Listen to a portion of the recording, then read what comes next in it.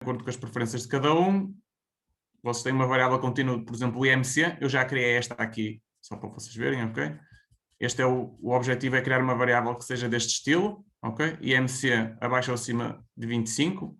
Podem fazê-lo de duas formas. Ou fazem visualmente, falando por mim, eu sou uma pessoa bastante visual. Se o tempo computacional que eu perco for inferior, eu prefiro ver, ok? Agora, às vezes isso não é possível. Eu tenho uma base de dados, aqui no caso, esta é simples, 371 sujeitos, eu corro e vejo perfeitamente, só vou dividir isto em dois grupos, é simples. Se eu tenho uma base de dados de 10 mil sujeitos, eu vou demorar muito mais tempo, principalmente se estou a criar muitas categorias, vai-me complicar um pouquinho mais a vida. Agora, eu tenho uma base de dados de 371 sujeitos, vou dividi-la em dois, visualmente isto é básico, ok? E eu, como sou uma pessoa bastante visual, gosto de ver isso acontecer, mas cada um é que sabe. Podem fazê-lo então de duas formas. Cria uma variável qualquer, atribuem um nome, pode ser IMC, por exemplo, cat2, já que eu tenho portanto, o IMC, então, cat1. Eu não vou falar de criar de nomes nem nada disso, ok? Porque estamos no nível médio, passei isso tudo à frente. Ora bem, então, o IMC cat2, que está aqui criado, vai então dividir a minha amostra em dois, acima de 25 ou abaixo ou igual a 25, e eu clico direito aqui em cima do IMC, sort descending, ok? Então, tudo que vai acima de 25, eu vou atribuir o código 1, e isto é muito importante. Quando vocês estão a lidar com estatísticas, tudo que seja variáveis binárias, ok? Portanto, acima de 25, aqui, tudo que seja variáveis binárias, vocês devem atribuir os códigos 1 e 0, ok? E isto é importante porque, deixa-me só ver, está aqui alguém... Fui eu. Era só para ok. dizer se alguém se importar que grava a sessão para falar. Ok. Pronto.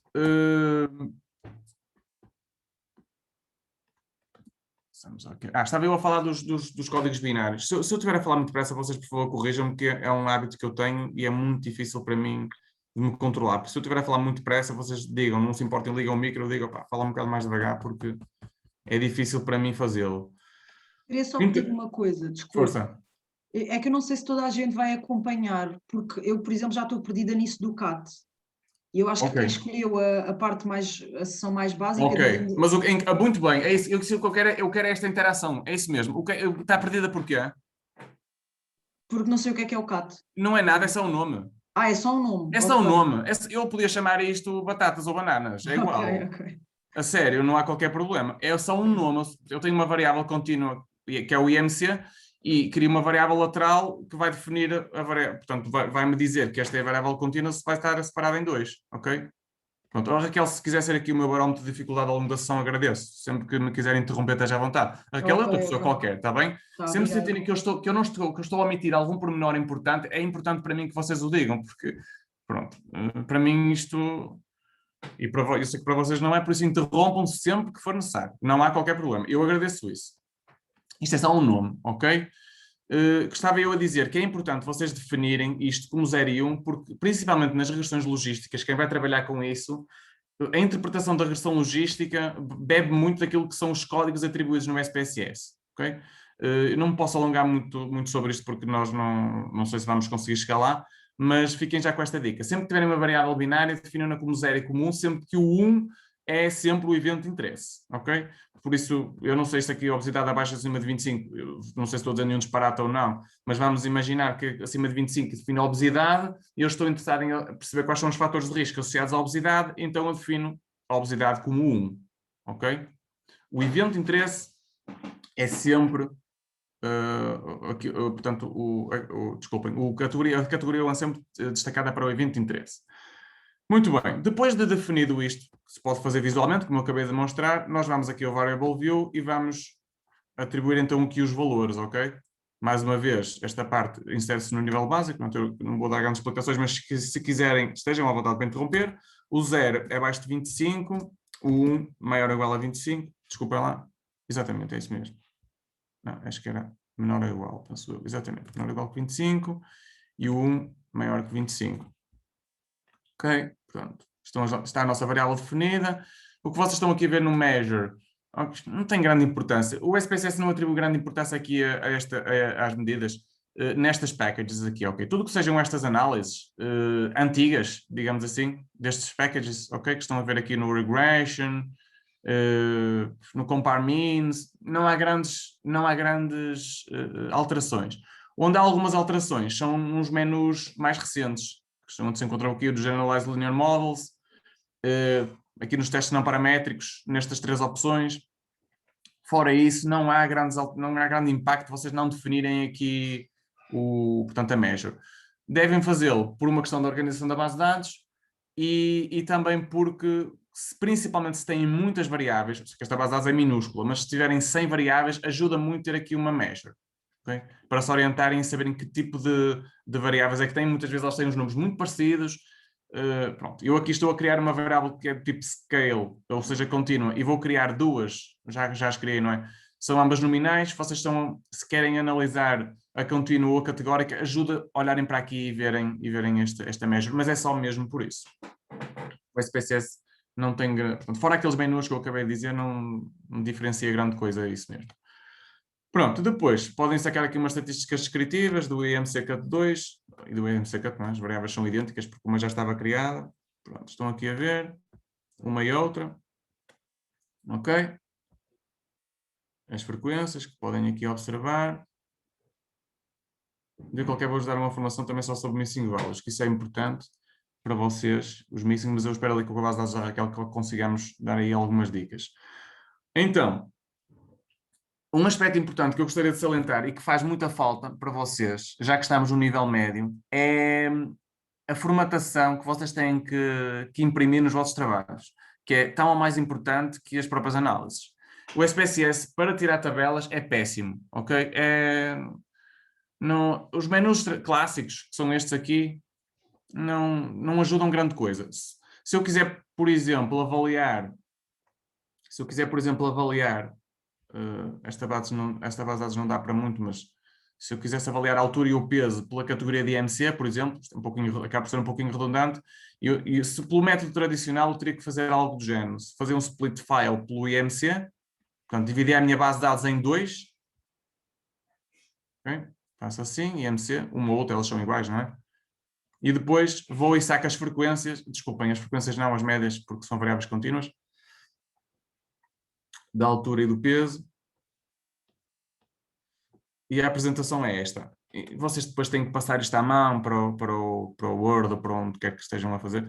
Não é muito agradável. Okay? Eu aconselho a vocês usarem um menu que é o menu Tables do SPSS, que é este.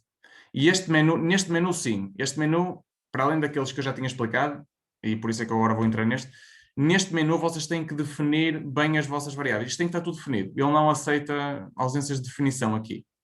Okay? Eu vou-vos só dar aqui um exemplo, vou criar aqui uma variável qualquer à sorte e ela vai estar unknown, ok? Quando eu tento entrar no tables, ele vai-me já dizer isto, estão a ver? Proper measurement level is important for this procedure, measurements blá blá blá, e ele diz-me que faz um scan data ou assign manual.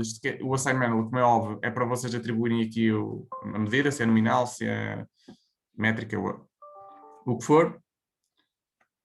O scan data, ele faz isto de forma automática. O que eu faço, geralmente, opto por este scan data aqui, quando tenho muitas variáveis, mas nem sei, eu mesmo, para ser sincero, não sei se é a melhor opção, porque depois acabo sempre por ter andar a fazer correções. Porque para variáveis contínuas deste estilo, o SPS consegue identificá-las muito bem. Quando são variáveis mais discretas, por exemplo, vocês têm, sei lá, uma idade que varia entre 5 e 15 anos, e ele tem dificuldade em distingui-la de uma variável categórica. Se calhar vai-lhe atribuir um valor nominal ou categórico quando de facto ela é contínua. Pronto. De qualquer forma, este é o menu tables, ok? Vocês podem usar para produzir tabelas deste estilo.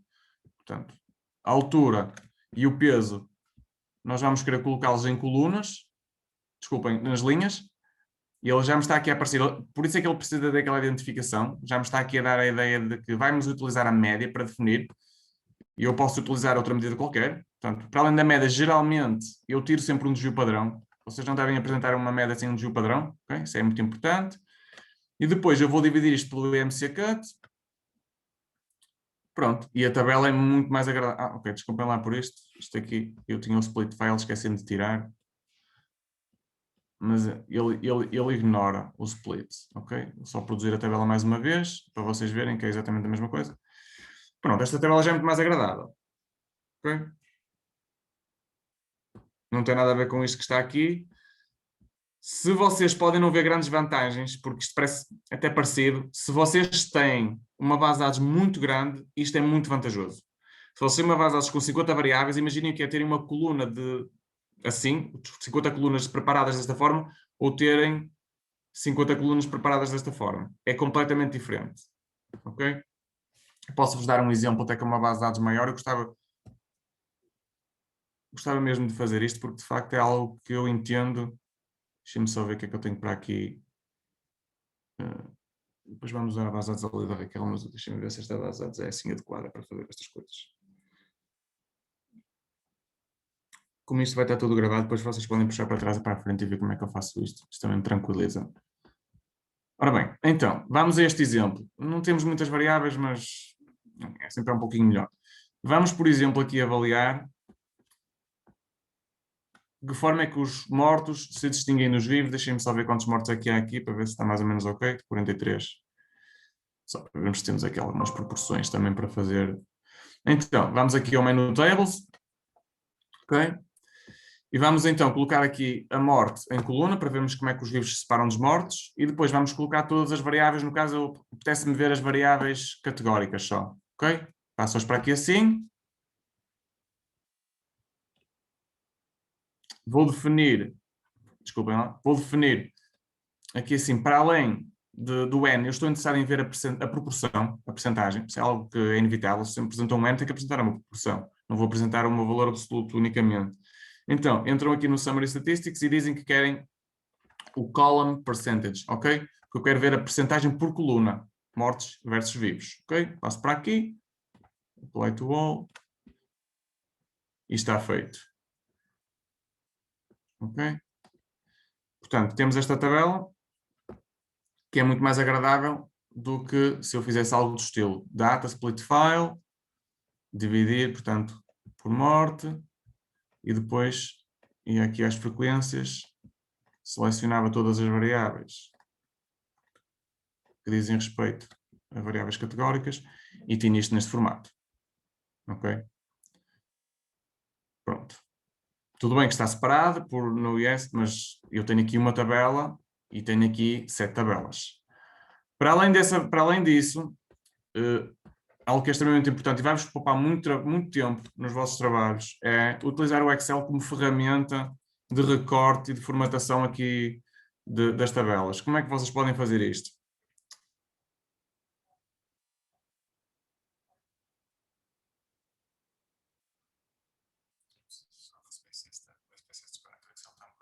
Não sei porquê.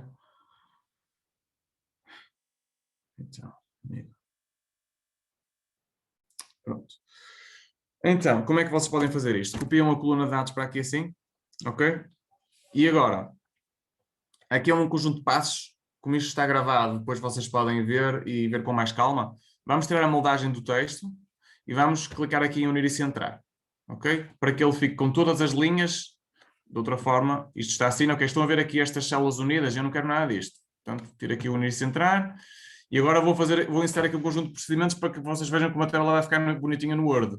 Então, vou clicar aqui em cima destes títulos, destes nomes de variáveis, digamos assim, e vou fazer inserir, ele vai me inserir uma linha em cima deles todos, ok? E depois vou passar estas designações aqui para cima das variáveis.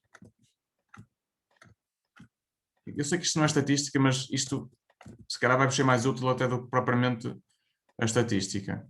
Ok? Depois disto feito, o que é que vocês podem fazer? Para que poupar espaço, porque muitas vezes eu luto imenso com poupar espaço, eu faço muitas revisões também para a médica portuguesa e não só, e submissões de artigos, e a luta pelo espaço é muito importante numa página do Word, vocês acreditem, é mesmo importante. Quem vai fazer submissão de artigos, a luta pelo espaço em tabelas é tremenda. Então, para poupar espaço, em vez de apresentarem 2 colunas por cada uma portanto, das categorias, podem apresentar só uma. Como?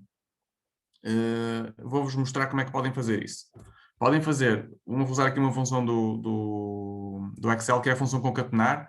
ou não é? Eu por acaso agora não vou usar a função concatenar, mas podia usar, vou usar algo mais simples, vou dizer só que quero C5 AND, ok? O I comercial, abro aspas, desculpa lá, espaço, abro parênteses, fecho aspas, porque isto é um elemento de texto, AND,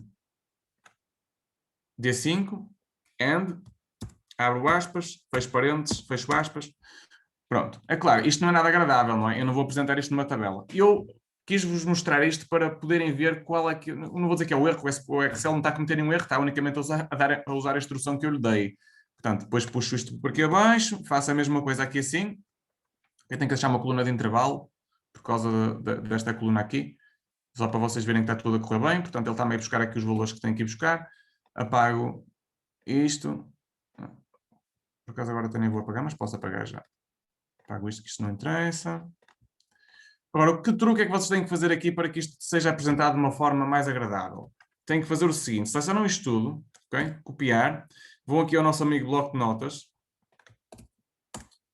colam aqui assim, ok?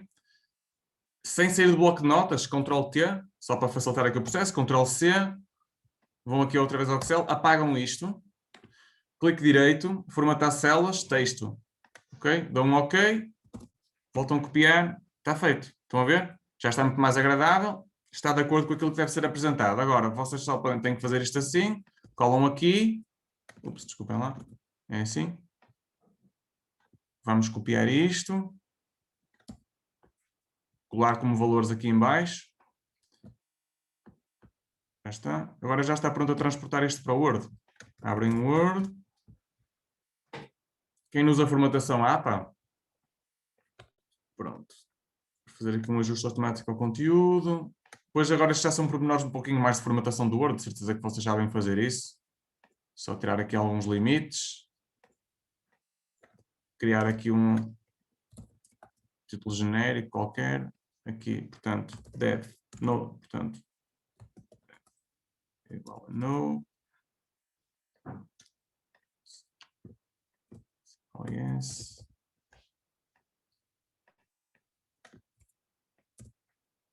Pronto, só pôr isto tudo centrado. Pronto, tem a vossa tabela criada. Vocês tinham perdido muito mais tempo a copiar esta à mão e pior do que isso, copiam à mão, às vezes copia-se mal, já aconteceu comigo, e aqui este processo não tem falhas. Portanto, é tudo computacional, depois dão só uns espacinhos aqui, estão a perceber a ideia, não é? Só para ficar um pouquinho mais bonito. E por aí fora. Este processo não tem falhas, ok? Sai do SPSS, vai para o Excel, vão os dados colados aqui diretos e ficam com uma poupança de espaço na tabela. De outra forma, tinham que ter aqui 2 colunas por cada um destas categorias e não têm que o fazer. Depois podem criar ainda uma outra coluna aqui para acrescentar o p-valor. No caso aqui vai ser um p-valor do teste aqui quadrado. Okay. Já agora que estou aqui também vos posso explicar como é que isso se faz. No teste aqui quadrado. Viriam aqui assim, Analyze, Descriptives, Cross Tabs. Ok? Como estamos a associar 2 variáveis categóricas, nós vamos usar o teste aqui quadrado. Ok? Então, vamos passar tudo o que está aqui para rows. É indiferente, ok? Eu vou passar para o column ou para o row, é completamente indiferente, já tenho a tabela criada, mas agora vocês também vão ver o trabalho que dava vocês fazerem isto de forma individual, não é? Vão ver como é que o SPSS saca as tabelas aqui no Q quadrado, porque ele também dá frequências e percentagens, mas é um terror. Depois para passarem isto para o Word é muito melhor, portanto, daquela forma que eu acabei de vos mostrar. Passam isto para rows, def vai para aqui, portanto, entram aqui em Statistics, vamos selecionar o Q quadrado, ok? Algo que muitas vezes as pessoas não se lembram, e mesmo nos artigos não é muito usual, mas se vocês quiserem publicar numa revista já é um pouquinho melhor, que os tamanhos de efeito são sempre importantes de reportar, ok? Cada estatística tem sempre um tamanho de efeito, no caso aqui o teste aqui quadrado, portanto a estatística, os estatísticas FIB e de Kramer são os tamanhos de efeito que devem ser reportados. Vou explicar aqui. Fazer contínuo. Algo que é importante vocês também tirarem sempre no teste aqui quadrado, principalmente quando têm tabelas que não são 2x2, e quando eu digo tabelas 2x2, por exemplo, estão a associar sex e MC, aquela variável do MC de há bocadinho, SEX tem duas categorias, o IMC também tem duas. São tabelas 2x2, ok? O SPSS saca o teste de Fisher automaticamente para tabelas 2x2, mas para tabelas que não sejam 2x2 não faz. É preciso pedi-lo. Onde é que ele se pede? Aqui no Exact, clicam aqui no Exact, ok? É importante pedirem isto sempre que estão a fazer análises categóricas. Estão aqui no menu Q quadrado, as seções categóricas, desculpem. Porque o teste Q quadrado não é lícito de ser utilizado quando tem uma frequência esperada inferior, superior a 20% das células para N inferior a 5. Eu vou já mostrar o canto aqui mais propriamente no output, até porque eu suspeito que não disse isto bem, não me soou bem, por isso eu vou-vos mostrar na prática como é que isso é. Então, só selecionar aqui as percentagens só para vocês verem o caos que é aqui nesta tabela. Ups, desculpem lá que eu estou aqui com o split e ele não sai, como é óbvio. Pronto, tirar o split file. Vou voltar a correr o teste. Uma coisa que o SPSS tem de bom é que ele fixa sempre as últimas análises que nós pedimos. Está tudo fixo aqui, não tenho que me preocupar com isso, que eu já dei um OK. Por isso basta-me dar outro. Então, estão a ver aqui cada tabela, cada quadradinho destes que estão aqui a ver, é uma destas linhas da tabela, ok? Destas 3 linhas, ok? Isto é age versus death. Está aqui. Estão a ver? Pronto. Estão a ver já o drama que seria passar isto tudo para a tabela. Seria muito mais complicado. Ora então, estava eu a falar do pressuposto teste Q quadrado. Então, ele está aqui. É esperado que no máximo 20% de células, aqui sim é que está bem, no máximo 20% de células tenham uma frequência esperada inferior a 5. Okay? Eu não vou entrar em muitos detalhes do que é a frequência esperada, porque isso, vocês não têm que se preocupar com isso. Depois, se falássemos especificamente sobre distribuições de variáveis, eu entraria por aí, mas não tem que se preocupar muito em saber o que é, mas tem que se preocupar em saber que se aqui marcar mais de 20%, não devem usar este p-valor, ok? Devem usar este, do teste Fisher, ok? Evitem usar todos os p-valores que sejam one-sided, usem sempre two-sided, às vezes pode ser um bocadinho mais tentador usar o one-sided porque o p-valor é mais baixo, mas o ideal é sempre usar o two-sided. Ok? Portanto, aqui no age versus death, o p-valor que deveriam reportar era este, p igual a 0.003. Okay? Portanto, é o que eu vou colocar aqui na tabela.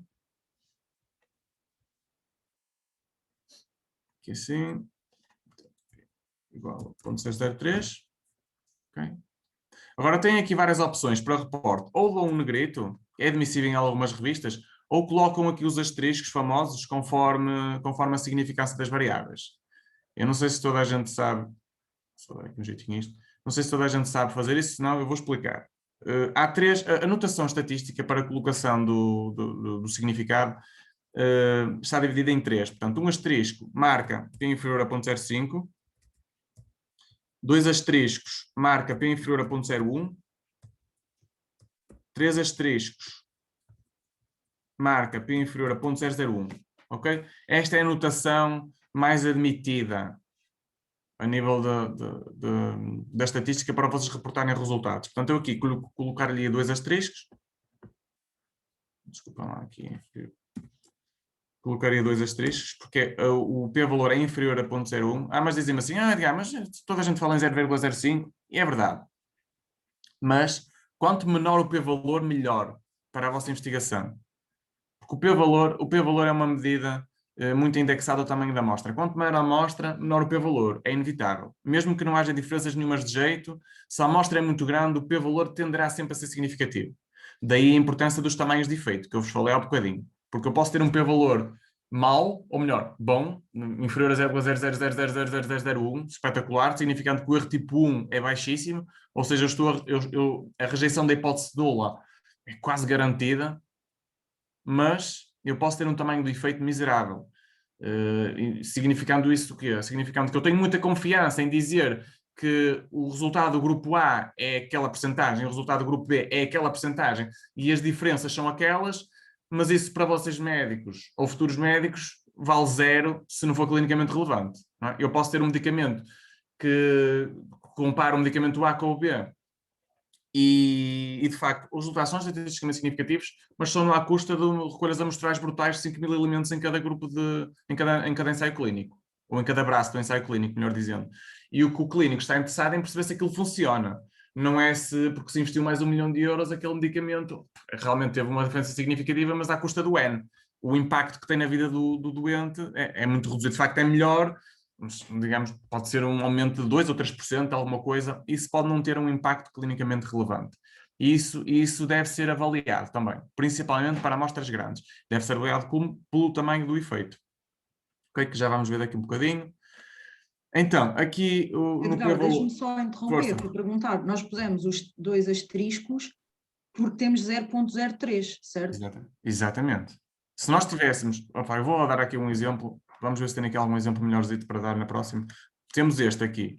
Temos que olhar sempre para aqui, ok? Temos 0%, sem stress nenhum, portanto usamos aqui o teste aqui quadrado, P igual a 0,08, 0,028, desculpem, o gender.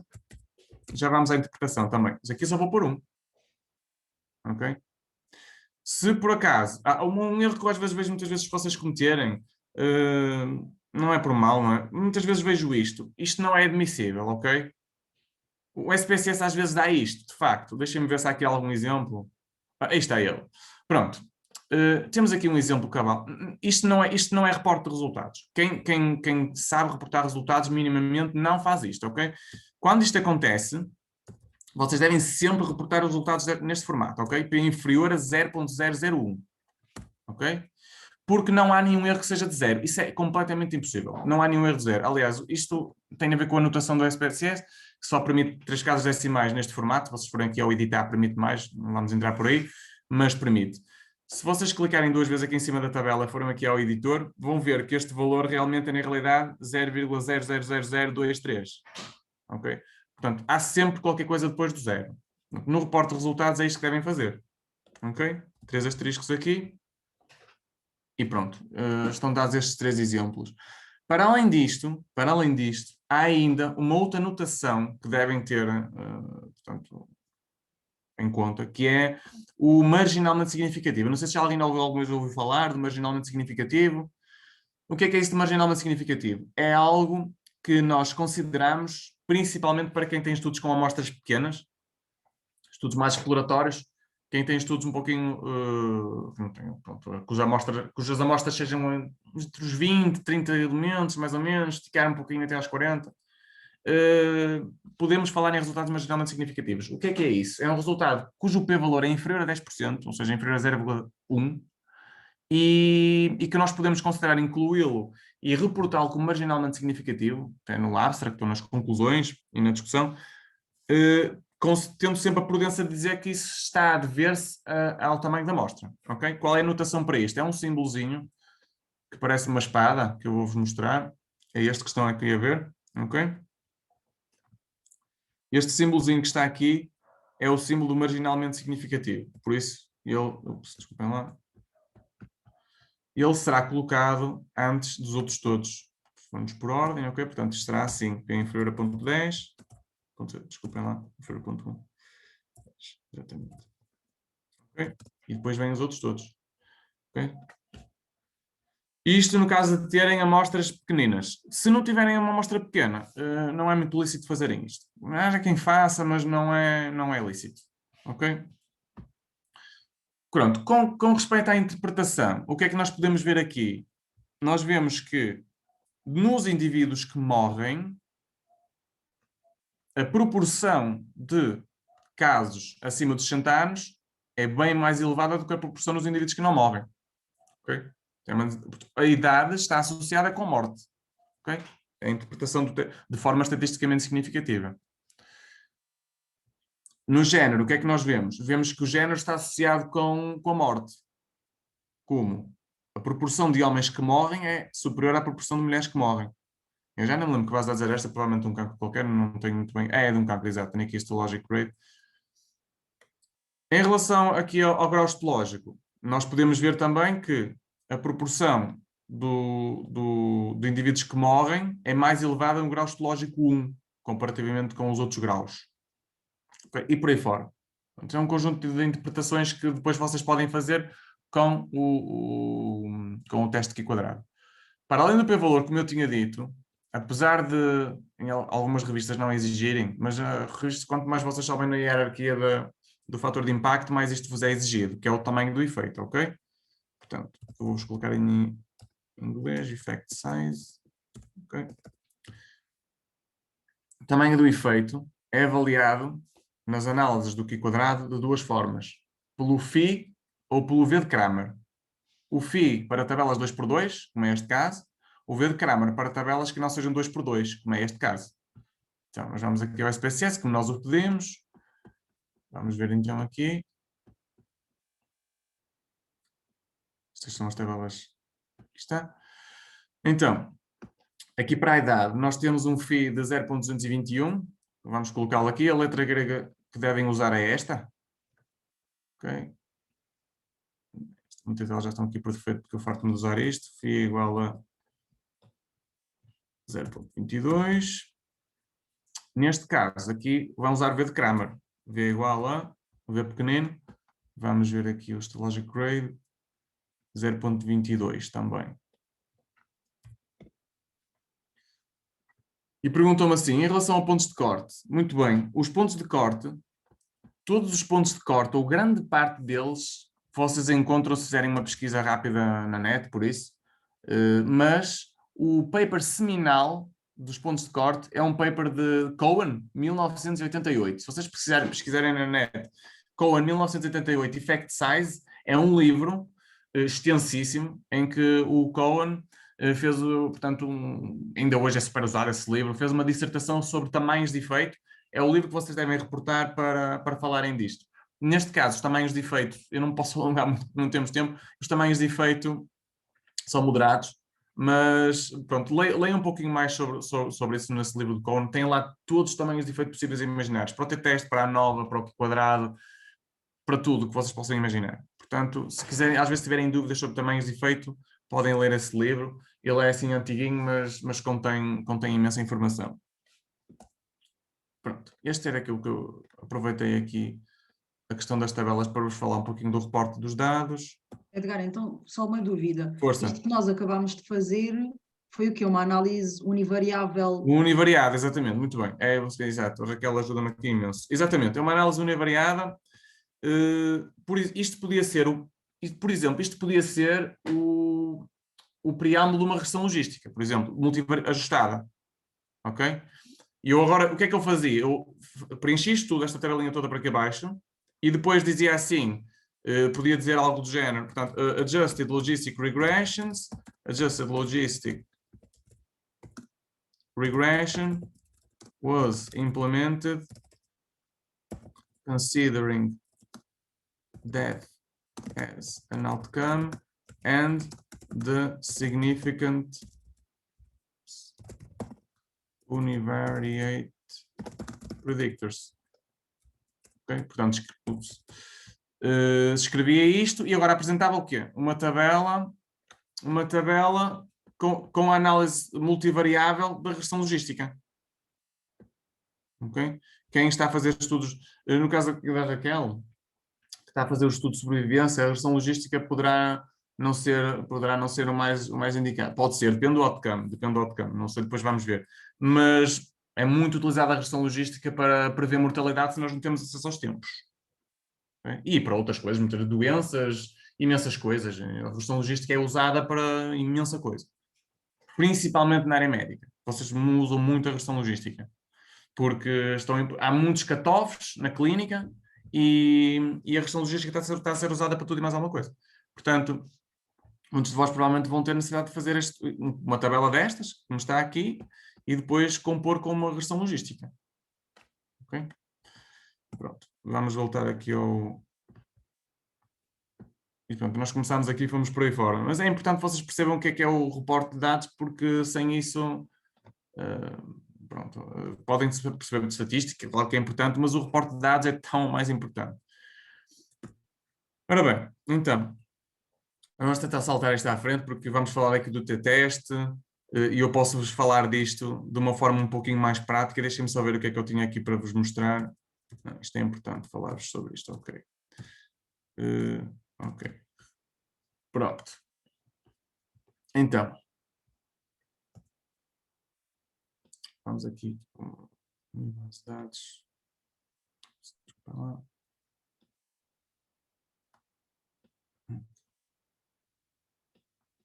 Vamos aqui abrir esta base de dados para vos mostrar. O SPSS, eu não sei qual é a versão do SPSS 26, que vocês têm. Se for a 26, ele já tira o tamanho do efeito para o t-teste. O dedo Cohen. É uma medida de tamanho de efeito para o t-teste. Os presentes anteriores não, a minha não vai tirar. Mas também não é que seja difícil de calcular, mas há imensas calculadoras que vocês podem encontrar na net, escrevem dedo Cohen, por exemplo, é a medida do tamanho de efeito para o t-teste, podem fazer isso, é básico, basta pôr as médias de uso padrão, ou a estatística até consegue facilmente fazer isso.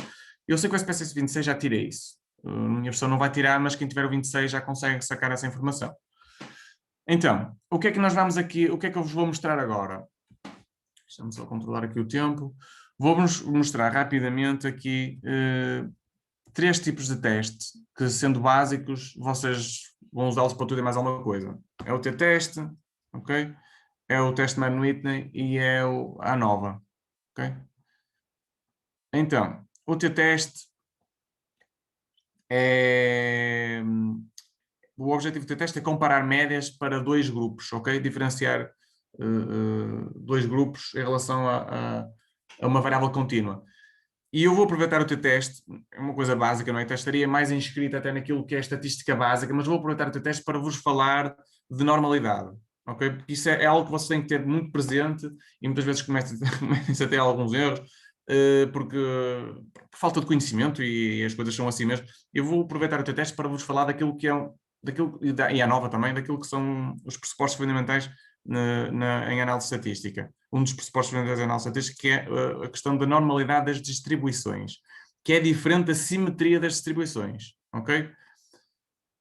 A simetria das distribuições é aquilo que vos vai definir se apresentam médias e desvios padrão nas tabelas, ok?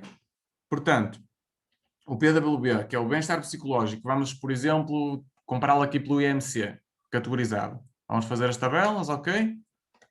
Que eu uso sempre este formato, já sabem, passo o bem-estar para aqui, o IMC cut para aqui, vou só acrescentar aqui o desvio padrão. Standard Deviation. Ok.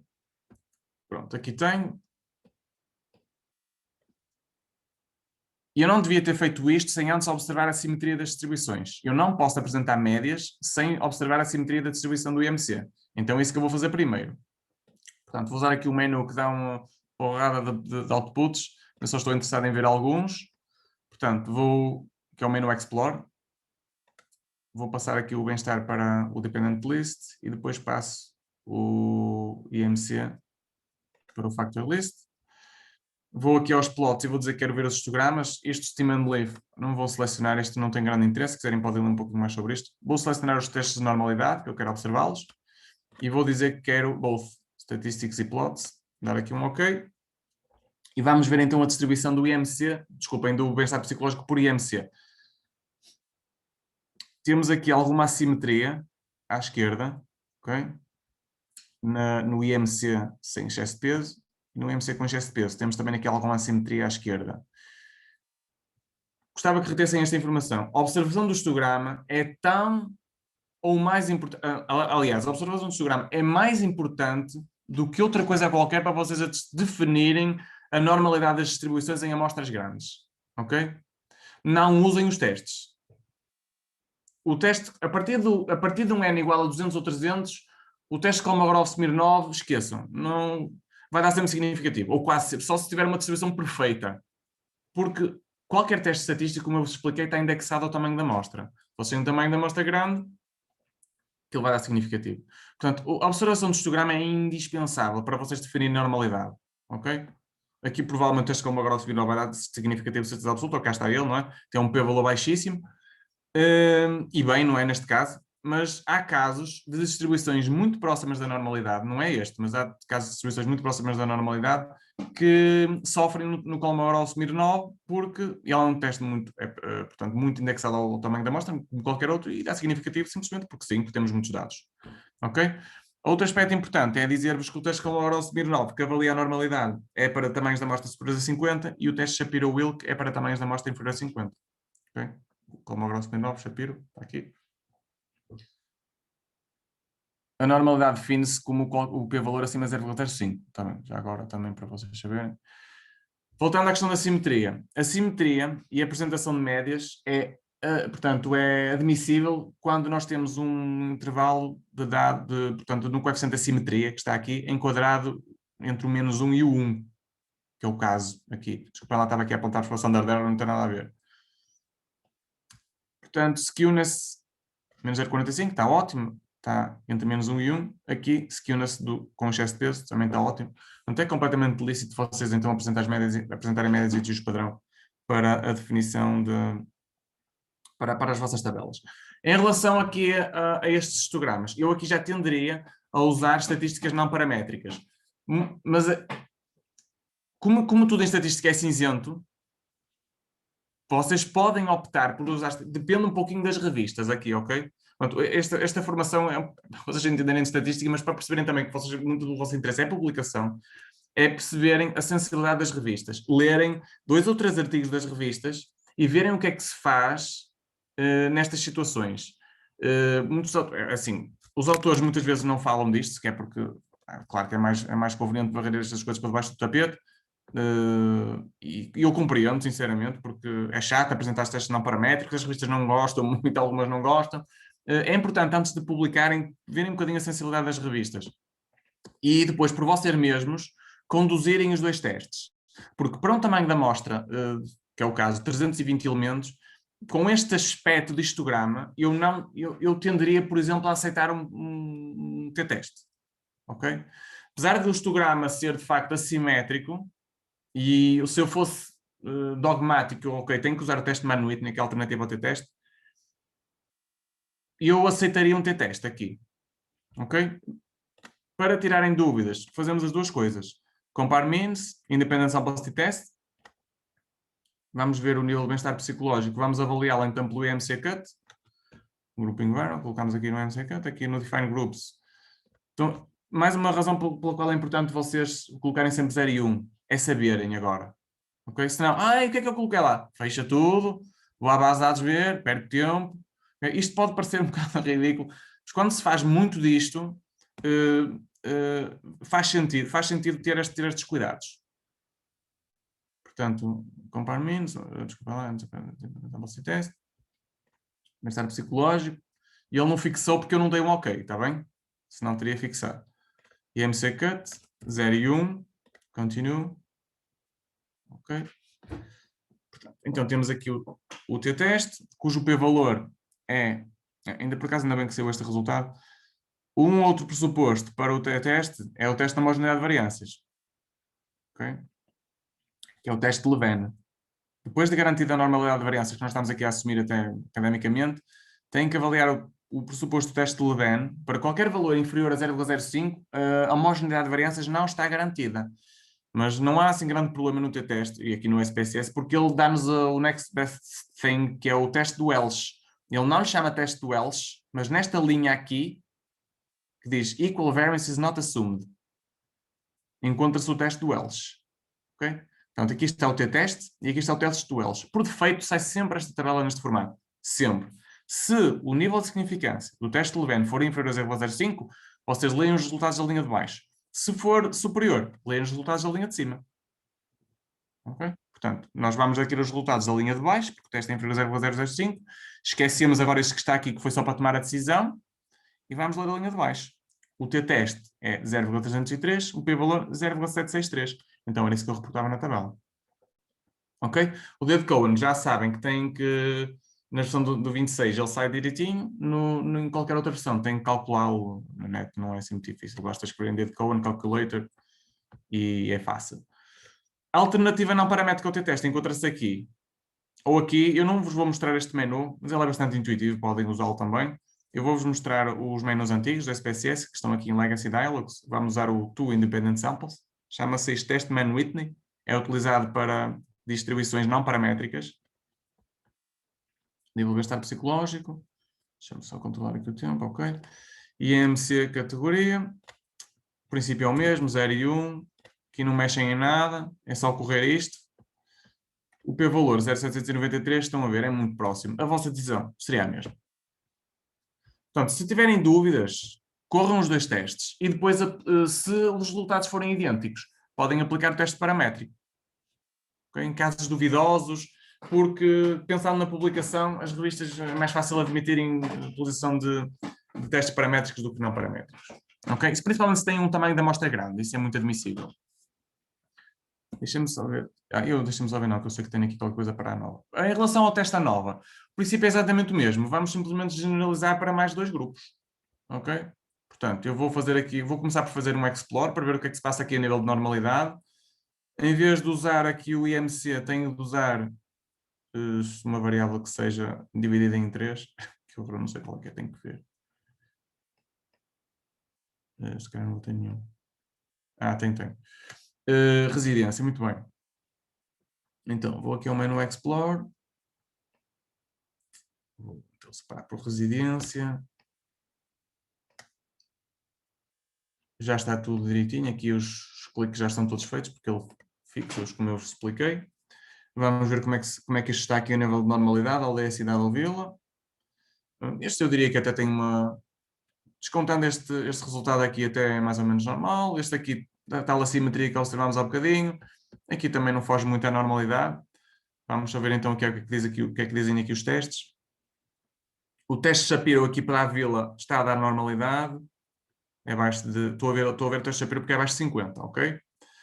O Kolmogorov-Smirnov começa o apanagem, está-me sempre aqui a dar significativo. 114 elementos, 216. Pronto, é o teste Kolmogorov-Smirnov. Olhando para os histogramas, eu tenderia a usar estatísticas paramétricas aqui com este histograma, não difere muito daquilo que é uma distribuição normal. E reparem que isto é uma questão de... Isto é mesmo de sensibilidade, mas é mesmo assim, não é? A estatística é cinzenta e devem olhar com estes óculos mesmo. É mesmo para ver esta sensibilidade e não para ver dogmas. Eu queria-vos passar esta informação, porque o objetivo da estatística é um instrumento que auxilia o investigador na publicação. Portanto, devem olhar para isto com esse cariz. Aqui é onde se encontram os principais problemas, mas podemos correr os 2 testes, a nova e a alternativa, e ver o que é que acontece. Vou só ver aqui em relação à simetria, portanto, das distribuições, que unistant menos 1 e 1, está bom. Aqui também. Aqui também, portanto, podemos usar médias e desvios padrão para descrever os dados. O princípio é o mesmo, tables. Portanto, o nível de bem-estar psicológico vai se manter. Vives na cidade ou na vila. Cá está. Depois fazem aquela brincadeira no Excel, só que em vez de percentagens vamos ter médias, exatamente a mesma coisa. Reportam um p-valor. Ok? Vamos tirar agora, compare means, one way nova. Nível de bem-estar psicológico. O IMC até o fator. Aqui não tem que se preocupar com o 0, 1 ou 2, porque quem criou este package teve esse cuidado. Ele vai buscar todos os níveis. Okay? Algo que é importante vocês pensarem aqui quando fazem o teste nova é que entrarem aqui em options e pedir o teste de homogeneidade de variâncias, que é um dos pressupostos. E se no teste, t-teste, nós até podemos usar o teste Welch, aqui já não é tão admissível nós termos falha no teste de homogeneidade de variâncias. Se há uma falha aqui na homogeneidade de variâncias, provavelmente tenderia a dizer-vos para aplicar o teste Kruskal-Wallis. Okay? As alternativas que existem, uma delas é esta, Brown-Forsyth, não são muito apropriadas. Eu tenderia a aconselhar-vos a usar o teste Kruskal-Wallis se tiverem assim, uma falha muito grande na homogeneidade de variâncias. E depois podem usar, ou então podemos eventualmente partir para outras hipóteses, por exemplo, tentar perceber o que é que se passa, se às vezes há valores mal codificados, se enganam nas codificações, valores que são outliers e que vocês veem que de facto aquilo não tem lógica estar ali e podem eliminar para tentar obter aqui a tal homogeneidade de variâncias. Outro aspecto importante que devem considerar antes de correr o teste, principalmente se tiverem expectativa de resultados significativos, é o post-hoc. O que é isso do post-hoc? Se vocês pensarem bem, nós vamos correr aqui o teste nova e vamos definir como hipótese para o teste nova isto. Por acaso não tenho. Não vou ter. Pronto, mas vou-vos dizer. Vamos definir para o teste nova a seguinte hipótese. Vila igual a aldeia igual a cidade. Nós temos 3 grupos. Se eu tiver um teste nova significativo, Onde é que eu vou ter as diferenças? Alguém me consegue dizer? Se no género, o género é fácil, ou no IMC acima de baixo de 25, eu tenho um teste significativo, ou vou ter desculpem, o bem-estar psicológico maior no IMC mais elevado, ou não. É simples. E no cidade, vila ou aldeia? Será que é possível eu dizer isso de forma taxativa? A aldeia é maior do que a vila, ou a cidade é maior do que... Eu não consigo. O p-valor do testa nova vai-me dizer que há pelo menos um par onde existem essas diferenças. Pode ser da cidade para a vila, da vila para a aldeia ou da aldeia para a cidade. Eu não sei. E como eu não sei, eu tenho de selecionar um destes exemplos de testes de pós-doc que estão aqui a ver. Okay? E se vocês repararem na estatística, aqui há nomes por todo lado. Há muitos nomes mesmo. E este Tuckey, que é um senhor, por acaso, muito famoso, escreveu um livro não sobre pós-docs, mas sobre outras coisas. O único nome que não está aqui é este LSD, que não é de facto aquilo que vocês estão a pensar, é o Least Significant Difference, ok? É o que significa. Não aconselho a usarem isto. Isto não deve ser usado. O Least Significant Difference não faz qualquer correção para o erro tipo 1. Vai dar jeito porque dá muitas diferenças, mas não devem usar. O que eu proponho é o teste Tuckey. Sempre que fizerem uma nova, o teste Tuckey é uma alternativa muito boa para vocês identificarem diferenças entre grupos. Uma outra alternativa mais conservadora é o teste de Bonferroni. Okay? Este teste que está aqui, se apanham diferenças neste teste, muito provavelmente elas existiram na realidade. Porque é um teste muito conservador. Okay? Eu até vou pedir os dois para vermos as diferenças. E já agora peço este também. É um teste muito conservador. Digamos que este é o menos conservador, este é o mais conservador e este está ali no meio.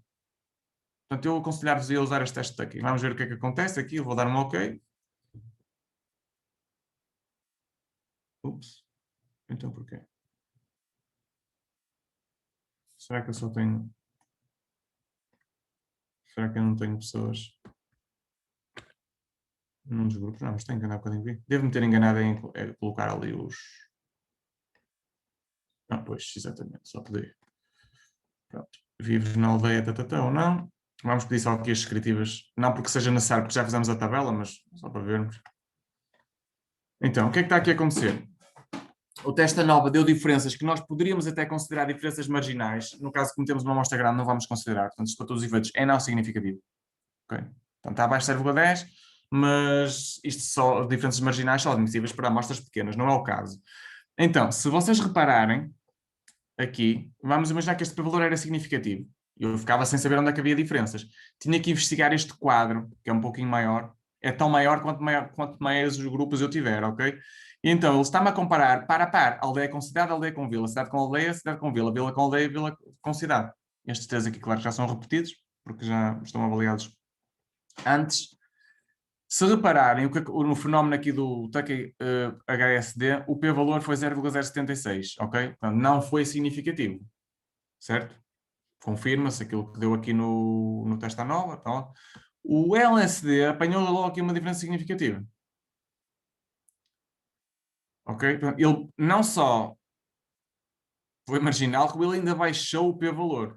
Este pós-toque não é adequado, ok? Estou-vos a dizer, optei por dar aqui esse exemplo para verem, portanto, a falta de adequabilidade deste teste. O teste de Bonferroni, no seu conservadorismo, subiu o p-valor, ok? Estão a ver?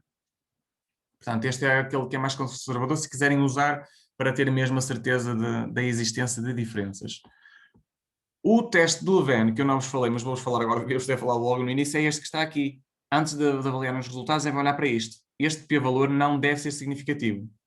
E é o caso. Não é significativo. Está acima de 0,05, portanto está tudo ok.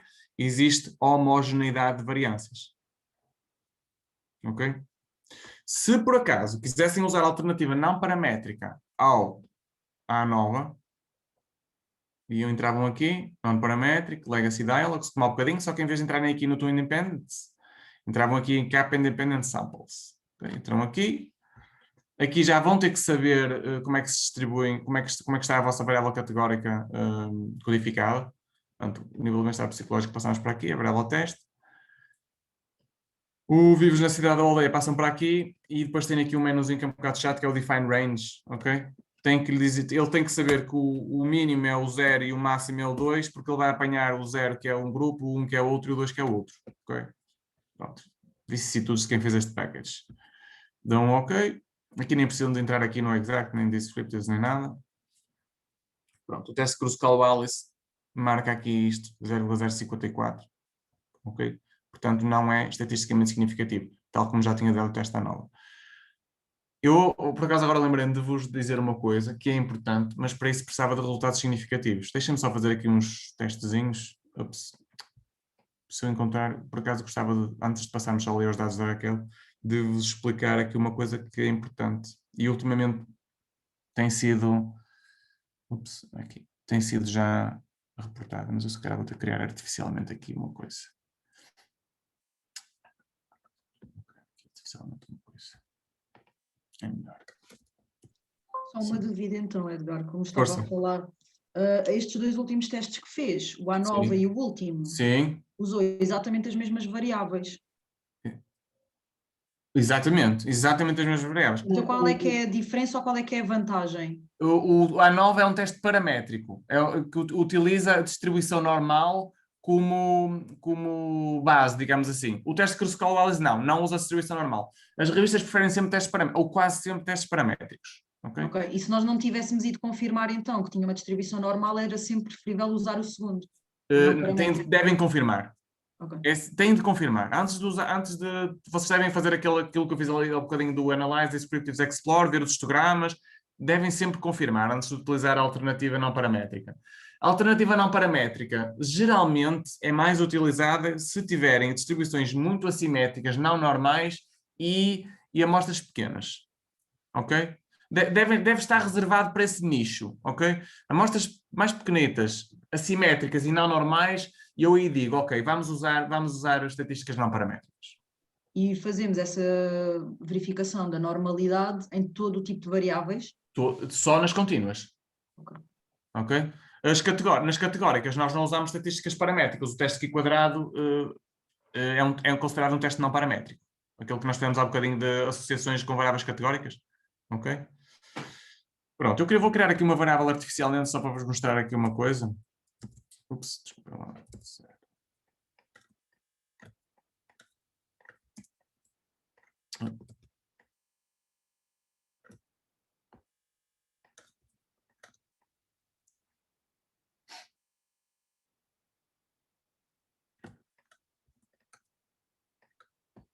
Criar só aqui 3 grupos no estante de uma coisa que eu nem sei o que é que vai ser, mas também não interessa. Já agora também ficam a ver como é que se definem variáveis. O 1 vai ser o grupo A, o 2 vai ser o grupo B, qualquer coisa assim, o 3 vai ser o C. Isto vai ser nominal, vou só gravar isto. O que é que eu vos quero mostrar? Quero-vos mostrar o pós-toque do Kruskal-Wallis. Porque noutras versões do SPSS não tinha, mas a partir da 20 começou a ter. Isto pode ser interessante para vocês reportarem os resultados, porque nos menus antigos, que são estes que eu geralmente costumo utilizar, capa independent samples, né? Vamos passar a variável nova para aqui. 0,1, desculpa lá, 0,2. O Kruskal-Wallis é o significativo. E vocês ficam sem saber entre que grupos é que há diferenças. Ok? Aqui não defini o 0 como A. Fiz disparate, estão a ver? 0A, 1B, 2C.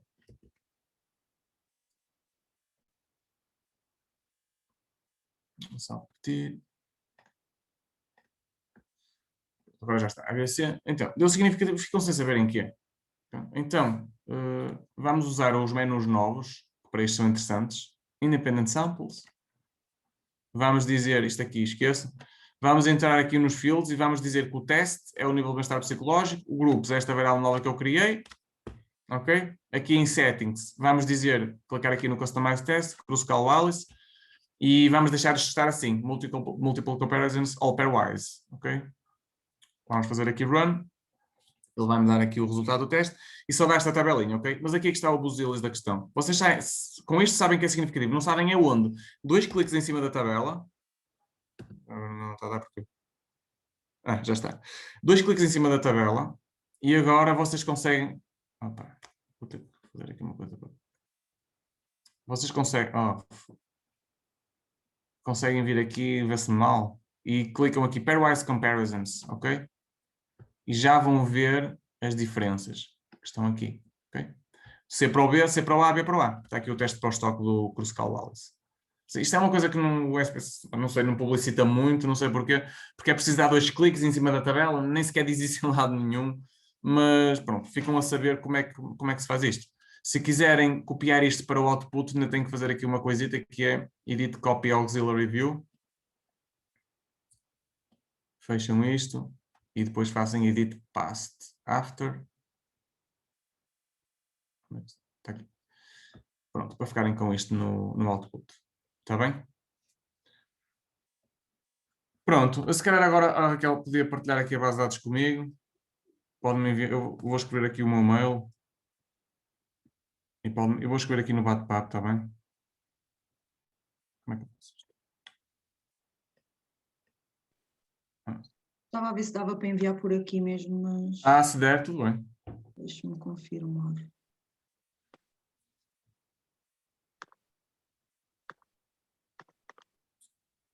Se entretanto alguém tiver dúvidas sobre o que eu disse, esteja à vontade. Ok, deixa lá ver.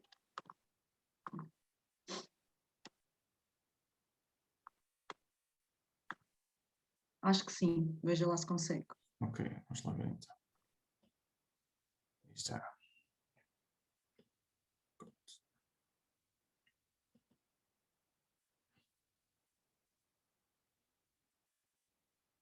Aí está, o terror das bases. É isso mesmo, que eu já estou habituado a receber bases de dados deste estilo. Mas, ótimo, pronto, dá para ver a dificuldade. Mas isto é mesmo assim, dá para ver a dificuldade. Quando você tem uma base de dados é mesmo assim, ok?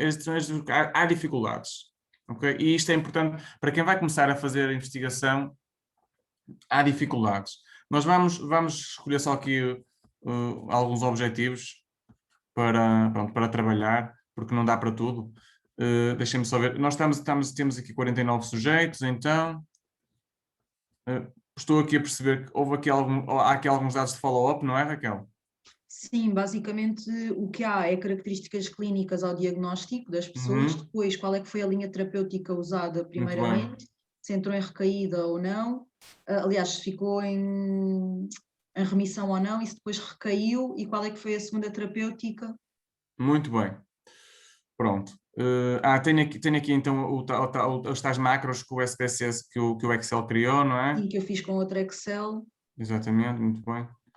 Já tenho aqui algumas variáveis que eu posso aproveitar, mas como os outros colegas não têm, se calhar vamos partir aqui do zero. Então, o que é que vocês devem fazer? Antes de tudo, tendo uma base de dados deste estilo, vocês devem fazer o seguinte: criam aqui uma coluna extra e vamos lhe chamar ID, ok? O que é que isto vai fazer? Isto vai assegurar a integridade da vossa base de dados no SPSS, ok? Se vocês não tiverem este ID, e se, por exemplo, calhar de vos entrar um doente qualquer novo, ou acontece, ou tem que colher mais dados, o orientador lembrou-se, vais ter que colher mais estes dados. Se querem depois ir ao SPSS e saber onde é que se enganaram, ou querem introduzir mais dados, ou voltar a saber a ordem, esqueçam, nunca mais conseguem. Porque eu falo por mim, eu tenho muito hábito de ordenar dados para ver tendências. Se ordenarem os dados, se não tiverem um código, esqueçam, nunca mais conseguem. Este código é absolutamente essencial. Mesmo até mais do que os números. Tendo este código, vocês sabem que se ordenarem neste formato, têm a base de dados exatamente como receberam. Ok? Portanto, nós vamos, Raquel, vamos se calhar escolher aqui então o objetivo de avaliar a sobrevivência face a alguns parâmetros. Não sei se quiser escolher então. Sim, pode ser em relação, por exemplo, ao tipo de padrão histológico. Ok, vamos só selecionar então aqui essas variáveis para ficarmos tipo de padrão histológico. É isto? Sim, okay. Tipo de padrão histológico, o estadio. Vamos só por aqui a cor diferente. O estadio. E, por exemplo, a LDH aumentada. Por exemplo, a LDH aumentada. Muito bem. Ótimo. Então, para fazermos análise de sobrevivência, nós precisamos de ter aqui algumas condições garantidas. Temos que ter uma data de primeira observação, que eu penso que existe, ou data de diagnóstico está aqui, não é, Raquel? Certo? Será esta? Temos que ter uma data de última observação. Também temos de follow-up, está lá o fundo. Follow-up. Está aqui, data do último follow-up, que está toda preenchida, muito bem. Raquel, vou perguntar, aqui, os indivíduos que morrem têm aqui na data de follow-up a morte? Sim, em princípio sim. Há só um que não tem, que tem mesmo só a data do último follow-up, porque ele depois faleceu entretanto e foi perdido em follow-up. Ok. Os indivíduos morrem todos ou não? Não, só morrem 2, penso eu. Só morrem temos 2. 2 mortes. Ok. 2, 3 com esse que foi perdido. Muito bem. Só morrem 2, muito bem. Pronto, Raquel. Só morrendo 2, eu digo-lhe já à partida que deve repensar a análise de sobrevivência. Ok. Ok? Só morrem 2 indivíduos e eu não diria que esta base de dados é candidata para a análise de sobrevivência. Porque nós, geralmente, convém termos... é assim, parece que estou aqui a dizer 10 a 15% de mortalidade numa base de dados, senão... Vamos pensar em termos macro. Tudo bem que esta base de dados não é grande. Uma base de dados de 45 sujeitos, ela é pequenina, não é grande. Se nós tivéssemos 1000 sujeitos, provavelmente estávamos aqui a falar de, sei lá, 40 mortes, por exemplo. E já seria mais interessante analisar. Nós temos... Porquê é que eu digo que não é candidato? Mas vamos falar de uma base de dados grande. Por exemplo, uma base de dados de 1000 sujeitos. Só morrem 5 pessoas, ou sei lá, morrem 2 pessoas. E se não... A ciência, se calhar, não vai avançar muito se nós investigarmos essas mortes, não é? Uhum. Certo? Portanto, tem que haver alguns eventos para nós conseguirmos detectar algumas tendências. Não havendo eventos, torna-se um pouquinho mais difícil, ok? Ok. Portanto, então nós vamos aqui aproveitar esta variável que está aqui. Estas são estas datas, não é? Sim, há um que Nós nós não sabemos. até temos que é o 3, digo eu. Se calhar temos 3 ou este aqui... Temos, só que o que está só dito faleceu, é que nós não sabemos quando é que morreu porque foi perdido em follow-up. Ok, foi uma perda para follow-up, muito bem. Pronto. Ok, então temos esta variável e temos esta data de morte que eu vou ter que criar aqui uma variável esta que lhe vou chamar, portanto, status. Ok? O estado, vou chamar status. Então, vamos atribuir... Ups, está aqui como datas. Formatar. Por isto. A categoria de número. Sem casas decimais. Estado 0.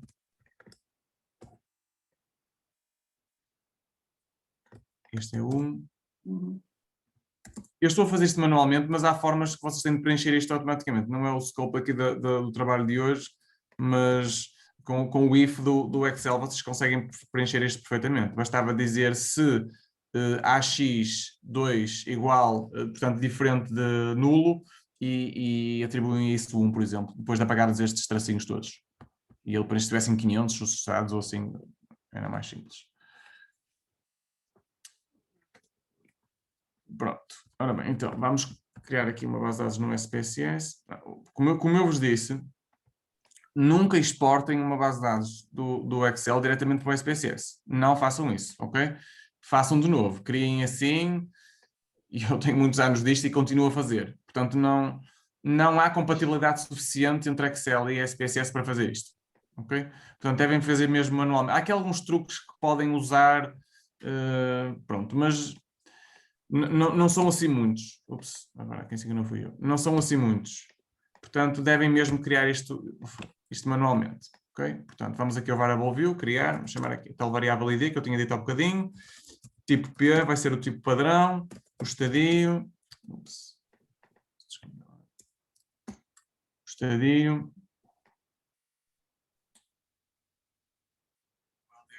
Aumentada.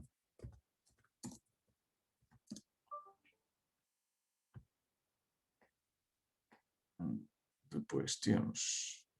Okay. Agora vamos criar as variáveis da survival. Vai ser a data de X, que é a data de diagnóstico.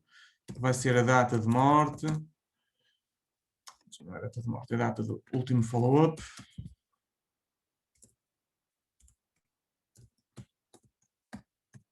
Vai ser o evento.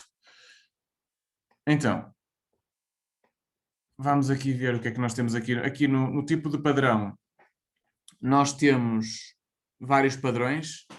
Como temos pouquinhos dados, Raquel, eu não sei se é possível ou não, eu concatenar o mais possível ou agregar o mais possível para criar 2 ou 3 categorias no máximo, ok? E já estamos a falar de uma base de dados que tivesse aí 10, 15 mortes, mesmo assim seria necessário, com 2 mais será, ok? Portanto, não sei se dá para recategorizar isto em por exemplo, A, B, eu não sei. Pronto, Sim, mas... o A e o B podem ficar juntos e depois os outros, por exemplo, em duas só. Ok, É isso que me muito bem. estava a perguntar. É isso mesmo, muito bem. Então, como é que vocês podem fazer? Ou mexem aqui diretamente no Excel, podem fazê-lo. Mexem aqui e vão substituindo à mão, podem fazê-lo. Ou então, mas isso eu não vou fazer porque vocês já sabem fazer isso. Ou então podem fazer o seguinte, copiam esta coluna de dados, daí que ter um Excel assim raw é importante para vocês verem como é que isto funciona. Criam uma variável à sorte aqui e vão atribuir o código string. O código string é para cadeias de texto, ok? O SPSS de cadeias de texto com o código string, de outra maneira, não aceita.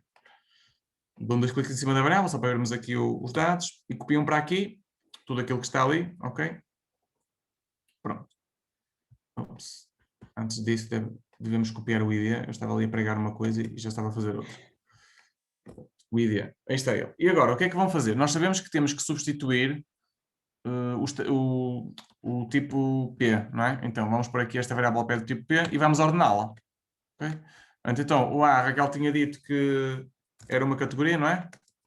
Sim, A e B. Então vamos para aqui abaixo. O A a ser revisto vai ser A, o A ou B, portanto, 0, 0, portanto, 0. Não, a D é outros, não é? Será?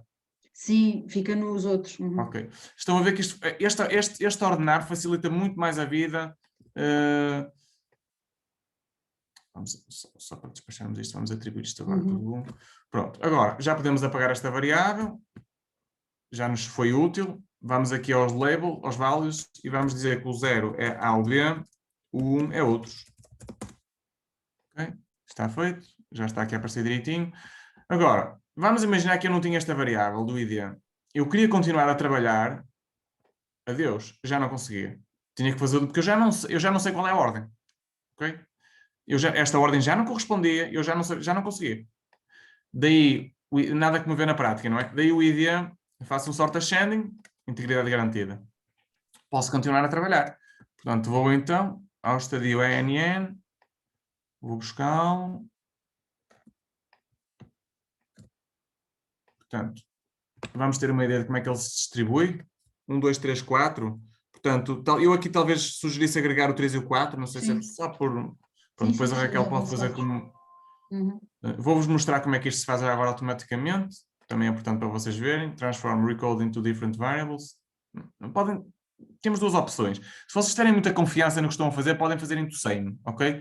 Se não tiverem tanta, fazem into difference. Qual é a diferença? Into same, ele vai-me substituir a variável. Into different, vai-me criar uma nova, ok? Portanto, eu vou criar agora aqui uma nova e vou dizer que o estadio, que é a variável que eu quero recodificar, ok? Portanto, vou-lhe chamar estadio cut. Eu estou sempre a chamar cut às coisas quando categorizo, mas isso podem chamar rec, podem chamar o que quiserem.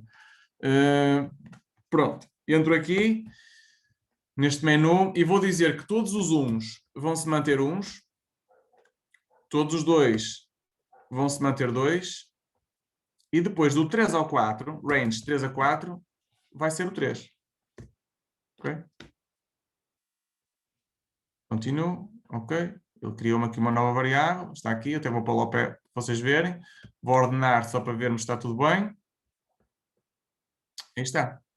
Até o 2 está tudo bem. A partir do 3 ao 4, ele deu-me tudo 3. Portanto, eu vou aqui então aos values. O 1 é 1, o 2 é 2 e o 3 é maior que 2 ou maior ou igual a 3. Okay? Isto vai ser útil em imensas coisas. Vocês vão precisar disto, assim, provavelmente para muitas coisas. Depois, o LDH aumentado. Não, sim. Mais uma vez, eu opto sempre por tudo o que é não é 0, tudo o que é sim é... Por isso vou fazer já esta substituição aqui, mas podem fazê-la no SPSS. Mas como é uma substituição muito simples, eu vou fazer aqui. Ok? Portanto, vou... Desculpa lá. Substituir. Ou podem fazer com o if, mas como isto é tão simples... Mas agora, para quem não sabe o que é o if, também vou mostrar. Ups.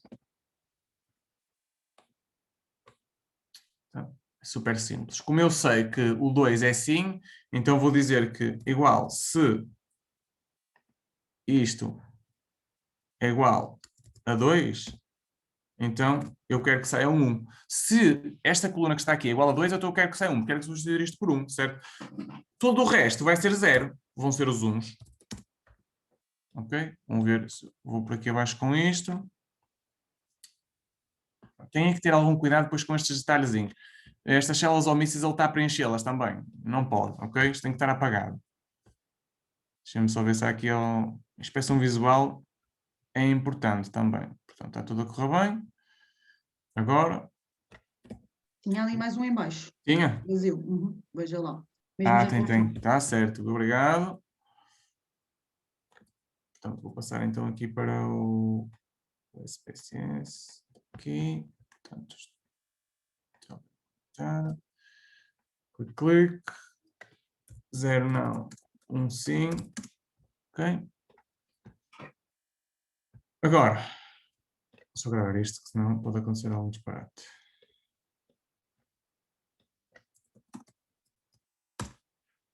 Ora então, vamos agora definir as datas, ok? Portanto, as datas são definidas em variáveis do tipo data. Geralmente o que eu uso é este formato, data.mesmes.1111, ok? É o formato que eu mais gosto. Podem escolher qualquer um dos outros, mas a experiência diz-me que este formato é aquele que o SPSS mais gosta, ok? Portanto, o SPSS não é isento de bugs e este é o formato que ele mais aprecia. A mesma coisa para aqui. Portanto, data, mês, desculpa, dia, mês, ano, assim. E agora vamos ao Excel e temos que fazer estas transformações nas datas. Vamos ver onde é que isso está. Podemos já substituir aqui. Vamos ver se corre bem. Às vezes o Excel também é um pouquinho temperamental. Basicamente o que temos que fazer aqui é substituir as barras por pontos. Já está. Podemos copiar aqui para o nosso SPSS já. Na data do último follow-up. Deixa-me só ver se... não podemos nada. Não podemos nada e ainda bem que isto aconteceu. Estão a ver? O Edgar fez disparate. Esqueci-me que tinha ordenado, já nem sei em que ponto, e já estava a fazer a asneira. Eu acho que até foi no LDL, eu acho que até foi aqui. Portanto, isto está mal, esta variável, vou ter que copiar outra vez. E não foi de propósito, portanto, eu distraí-me. E acontece-me imensas vezes, por isso, eu já me defendo. Ora, vamos copiar esta variável outra vez, ainda bem que isto aconteceu.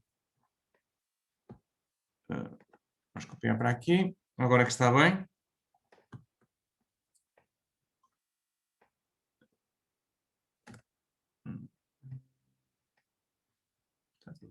Follow-up.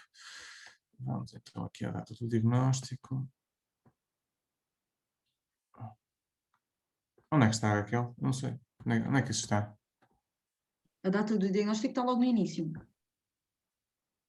É aquela cor rosinha. Está aqui, está aqui. Ok. Pronto, eu não pus a roxo. Ok. Agora vamos lá então. Portanto, vamos por pontos. Já está.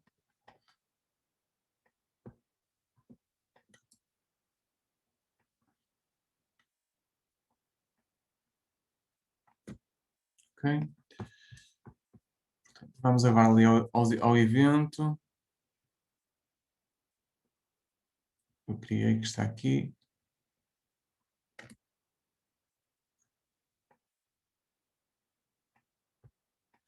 Pronto. Então, vamos só aqui atribuir ao evento os valores corretos. Portanto, 0, 1 morto. Pronto. Então, o que é que nós precisamos agora? Nós temos tudo o que precisamos para fazer uma análise de sobrevivência. A nível de variáveis base, falta-nos calcular o tempo. Okay? Vocês podem calcular o tempo no Excel. Eu prefiro calcular no... O Excel também calcula bem tempos. Eu prefiro calcular no SPSS. O SPSS tem aqui, por acaso, um menu muito jeitoso para fazer estes cálculos, que é este. Vamos falar um compute variable. Podemos chamar esta variável tempo... vamos chamar o que, Raquel? A Raquel é que me vai saber dizer agora o que é que vamos chamar. Overall Survival, OS. Overall Survival, OS. Uhum. Pronto. E vamos dizer, eu posso, não é melhor eu não escrever para não vai baralhar. Eu vou aqui buscar onde é que isso estará. Statistical talvez, não. Onde é que isso está? está aqui, Data Arithmetic. Ok, então, nós queremos usar a função Data Arithmetic para fazer a diferença entre a data do último follow-up e a data do diagnóstico. Ok? Isto que está aqui, estão a ver este métrico, isto nominal, para o caso não interessa. Apesar de não estar bem definido, é mais um daqueles exemplos que ele vai fazer este cálculo e não há problema nenhum. Ok? Deve estar bem definido porque ajuda, mas ok, vai fazer e não vai haver qualquer problema. Eu vou clicar aqui 2 vezes no Data Arithmetic, desculpa, no DateDiff, e então eu tenho que preencher 3 pontos, são estes 3 pontos de interrogação, que estão aqui, DateTime 2, DateTime 1 e as unidades, ok? Portanto, o DateTime 2 vai ser, vou apagar o ponto de interrogação, a data do último follow-up, vírgula, que há um bocadinho apaguei sem querer,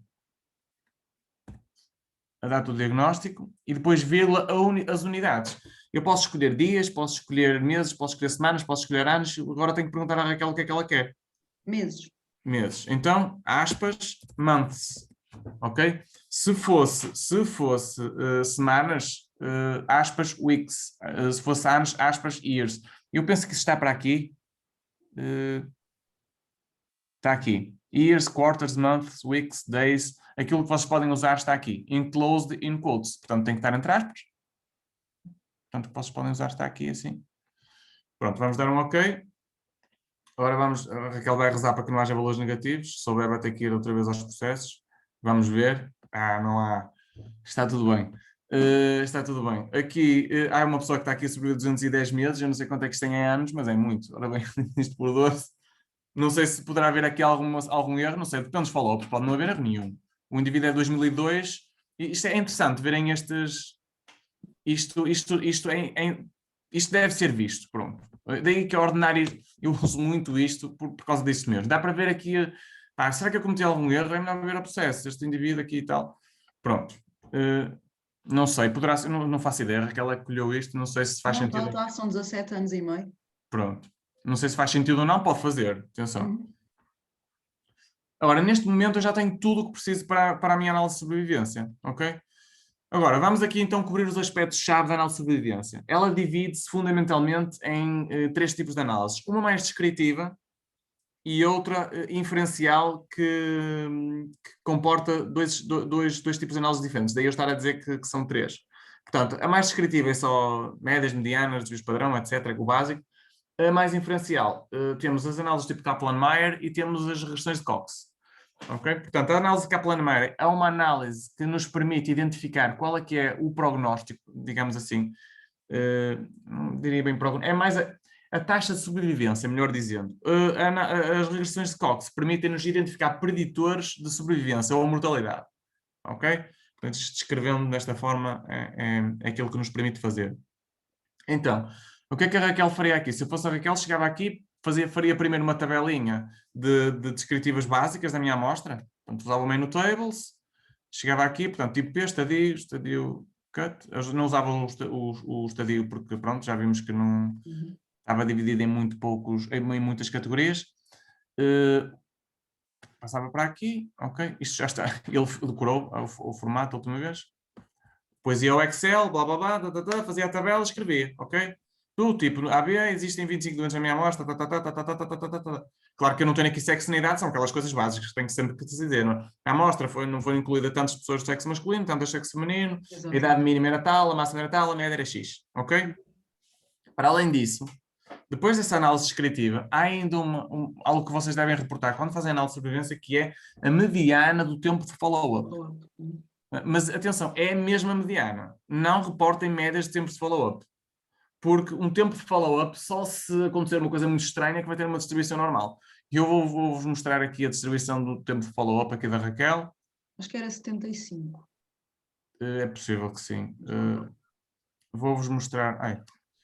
Vamos aqui fazer o histograma do Overall Survival.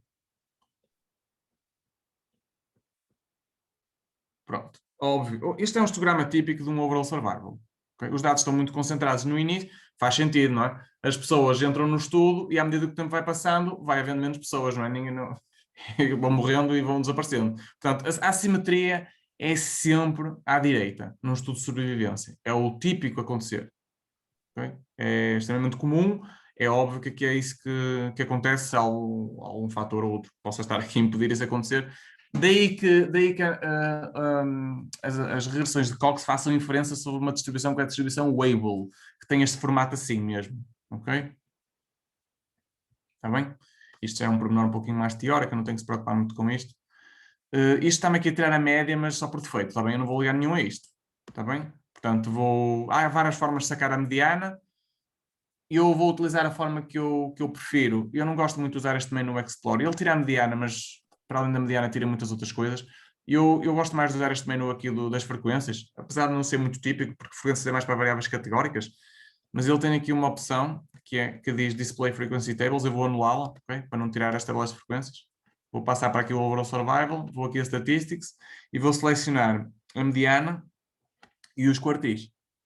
Está bem? Já explico porquê. Então, ok, tiramos esta tabela em minúscula. Então, a mediana, de facto, é 72,5 meses. Ou seja, até aos 72 meses e meio, 50% dos doentes estavam vivos. Ok? E outra coisa importante a reportar. Eu gostava que isto também vos ficasse, daquelas coisas que eu digo sempre, e digo sempre nas revisões, não reportem a amplitude interquartil. Isso não é nada informativo. Reportem sempre o percentil 25 e o 75. Ok? E se quiserem acrescentar o mínimo e o máximo, mas o percentil 25 e o 75 é o que devem reportar. Uma amplitude interquartílica diz muito pouco, obriga as pessoas a fazerem contas. Reportem-se a mediana e depois, entre parênteses, o P25 é igual a 42,8 e o P75 é igual a 98,8. É isso que devem reportar, está bem? Porque eu fico logo a saber que até aos 42 meses e 42,8 meses estavam. Portanto, já tinham falecido 25% dos doentes, estavam vivos 75%, e no percentil 75 sei que no mês 98,8 faltava morrer, deixem passar a expressão, 98,75% desculpem, faltava morrer 75% das pessoas, ok? Portanto, não quer dizer que elas morram, atenção, não é? Só a dizer que a distribuição era como estava naquele momento, era essa. Eu vou correr aqui, então, as análises Kaplan-Meier, só para vocês verem como é que isto funciona. Está aqui. Okay? Não exige qualquer pressuposto a análise Kaplan-Meier, a não ser ter uma distribuição contínua para os tempos e ter uma variável categórica. Está bem? Portanto, não há qualquer pressuposto inerente a estas análises. Eu vou clicar aqui, ou então no tempo é o Overall Survival, que eu estou interessado. Podia ser um tempo até relapse também, perfeitamente, para estudar o tempo. Exatamente, é isso mesmo. Então, depois, vou selecionar, vamos imaginar o tipo P, que está dividido em 3 categorias. Desculpem lá, não é nada aqui, estava a dizer disparates. O evento. Atenção à importância, mais uma vez, de definirem sempre a morte como 1, porque aqui já não há dúvidas. Define event, ele vai-vos pedir, tem que saber. Okay? É o 1. E agora aqui no Compare Factor, podemos selecionar então o tipo P, por exemplo. Vamos selecionar os 3 testes que nos permitem. Vamos primeiro só aqui de selecionar o gráfico, que é para vermos. E vamos selecionar aqui no Compare Factor os 3 testes que nos vão dizer se há ou não diferenças estatisticamente significativas entre a mortalidade dos tipo P1, tipo P2, tipo P3, que eu já não me recordo, mas já vamos ver. Damos aqui um OK. Pronto, o que é que acontece aqui a nível gráfico? Ninguém morre no AB. No outros, morrem 2 pessoas.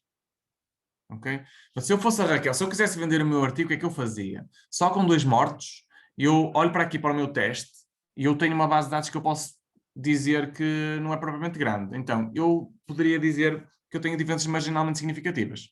Ok? Está a ver aqui, Raquel? Uhum. Então, ao reportar... 0,10, não é? Exatamente. Então, ao reportar isto, o que é que eu faria? Eu chegava aqui e dizia assim, ora bem, então, até fazer aqui umas contas, não é? Vamos ver, 124, vamos ver o que é que dá 124 aqui a nível de anos. Portanto, 124 dividido por 12, 10,3 anos. Está em meses, não está? Nós calculamos isto em meses, não foi? Sim. Uhum. Pronto, e 108? Estão 108.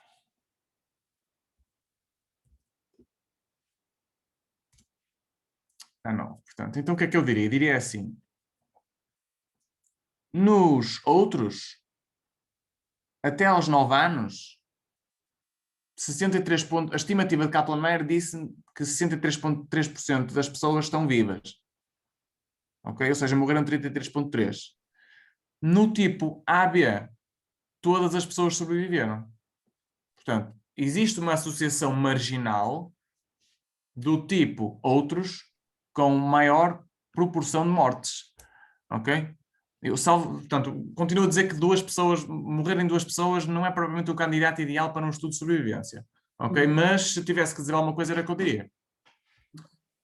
Isto deve ser investigado. Eu não sei, portanto, deve estar de acordo com aquilo que o Excel deu, até podemos ir lá ver. Não sei se fez o estudo para esta variável. Não, porque eu só fiz no geral. E fez no geral, ok. Eu não consigo no outro, ou pelo menos não sei ainda fazer essa parte. Pois, é possível que eu também, eu não conheço aqui mas é possível que dê também. Aí é só mesmo os números, já não Ok. há análise. Pronto, no geral, se quisesse fazer no geral, unicamente o que tinha que fazer era tão simples como não selecionava nada aqui e corria. E é isto. Exato. Ok? Portanto, a última estimativa era de 88%. Está bem? Há uma coisa que é importante e que eu vou tentar demonstrar, mas vamos primeiro chegar aqui ao fim das análises da Raquel. Pronto, depois todas as variáveis que quisessem incluir aqui. E aquilo que nós fizemos no fator foi. É para comparar o tipo P, perceber-se qual é que era a associação do tipo P com a mortalidade. Ok. Portanto, Daí, uma análise univariável. exatamente. Em Não relação à deixa sobrevivência. Exatamente, não é uma análise univariada para a sobrevivência, exatamente. Às vezes pode parecer um bocadinho esquisito, porque nós falamos de uma análise univariada, mas estamos no fundo a lidar com 2 variáveis. Mas o uni ou o multi só dizem respeito às variáveis independentes, ok? Portanto, se quiserem também já agora saber a diferença, univariada, uma variável dependente, uma variável independente, multivariável, uma variável dependente e várias independentes, multivariada, várias variáveis dependentes. Ok? Pronto, depois podíamos fazer aqui um conjunto de análises também, perceber aqui na base da Raquel o que é que se passa a nível de, sei lá, do LDH aumentado, por exemplo. Também quer dizer que só morre uma pessoa, apesar de morrerem 2, mas muito provavelmente o que está a acontecer é o quê? Só uma delas é que tem o LDH aumentado. Ah, não. Pois, mas o que é que está a acontecer aqui, Raquel? Como havia alguns missings no LDH, um dos mortos provavelmente tem um missing no LDH aumentado. Ok. Se nós formos à base de dados confirmar, por isso é que não está aqui a aparecer. Tinha que aparecer aqui 2 mortos, só está a aparecer um. Portanto, um dos problemas, não é de problema, não é? Mas o que está a acontecer aqui é que um dos LDHs, aí está, Exatamente. um morto não tem valor. Okay. Não vai aparecer. Ok? Uhum. Portanto, podemos fazer exatamente a mesma coisa para outras variáveis.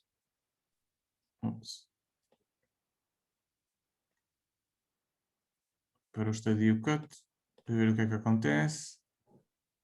Portanto, não morre ninguém aqui no 1 e no 2, só morre gente no último estadio. Aqui já não há diferenças. Exato, já é maior do que 0,2. É isso mesmo. Está bem? Pronto. Para eu vos mostrar agora um pouquinho mais de análise de sobrevivência, eu preciso de mais mortes. E para isso vou abrir aqui a minha base de dados que eu tinha aqui para as mortes.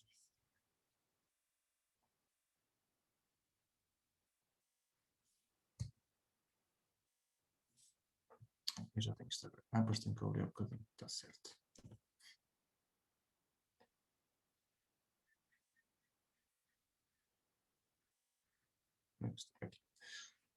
Então, eu tenho aqui uma base de dados preparada já para vos mostrar. Deixem-me só ver quantos casos é que eu tenho. São uns poucos. Okay.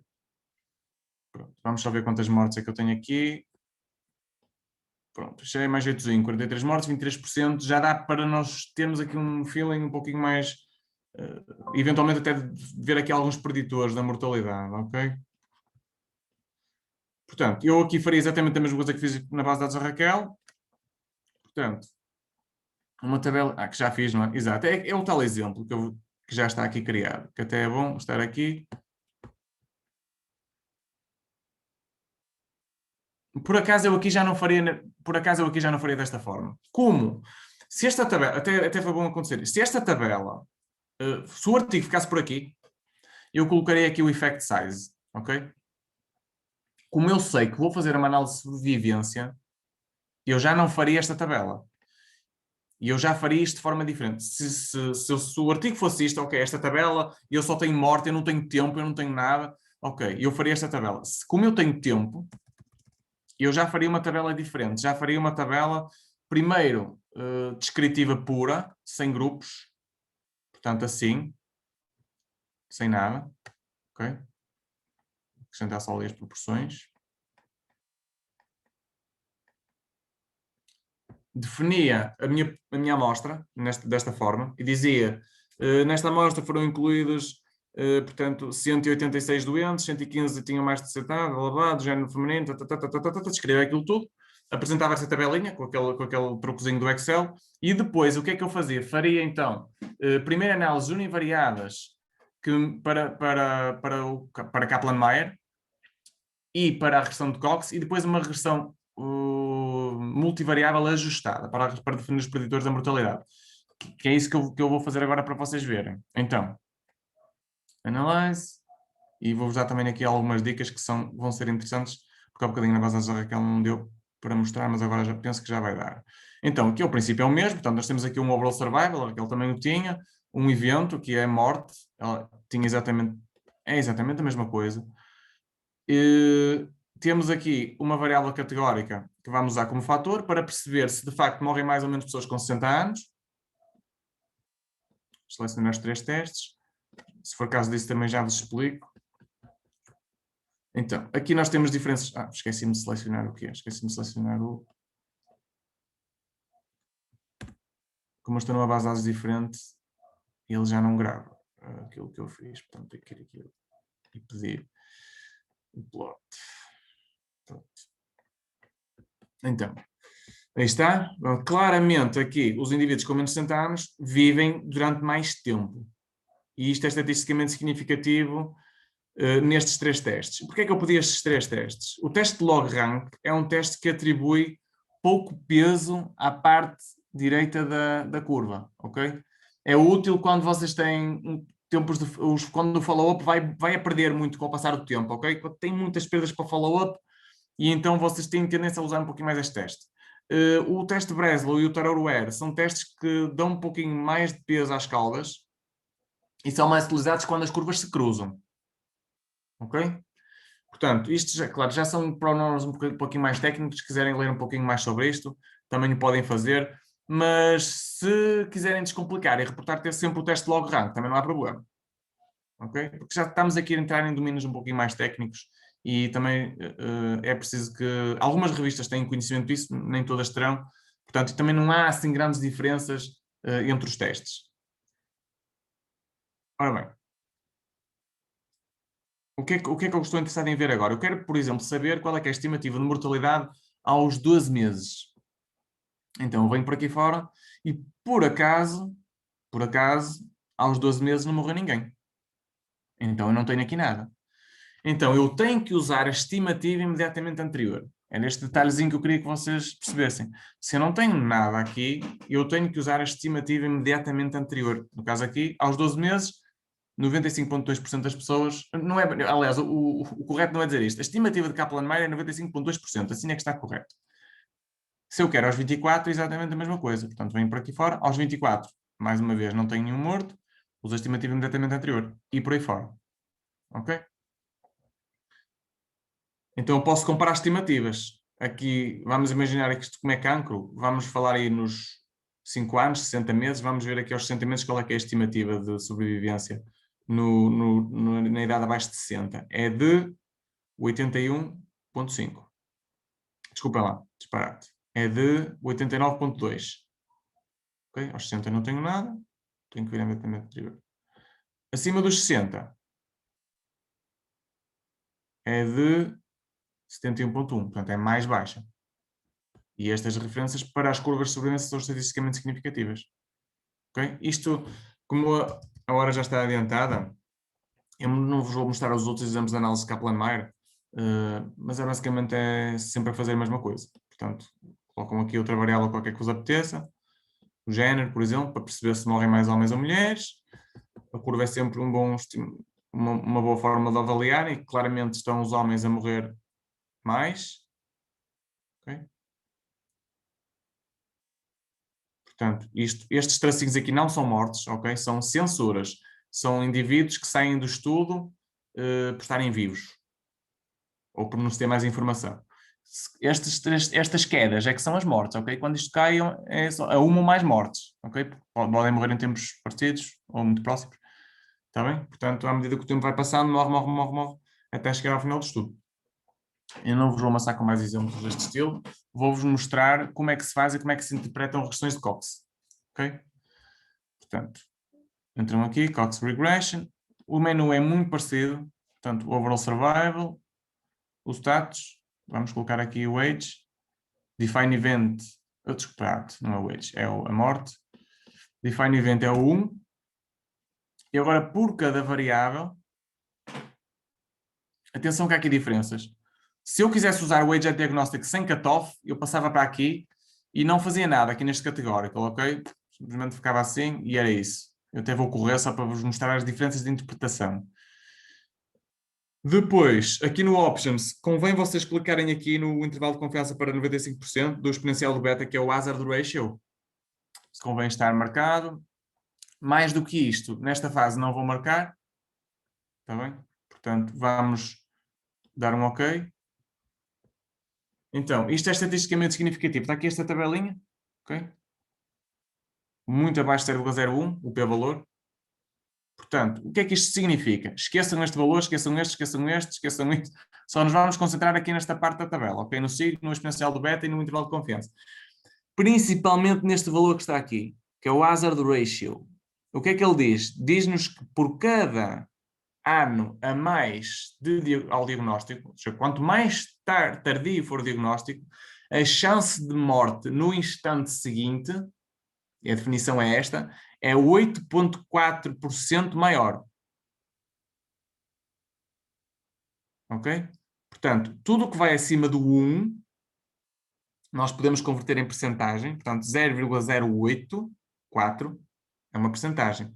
É 8,4% mais elevada por cada ano. Ou seja, se passam 2 anos, é 16,8% mais elevada.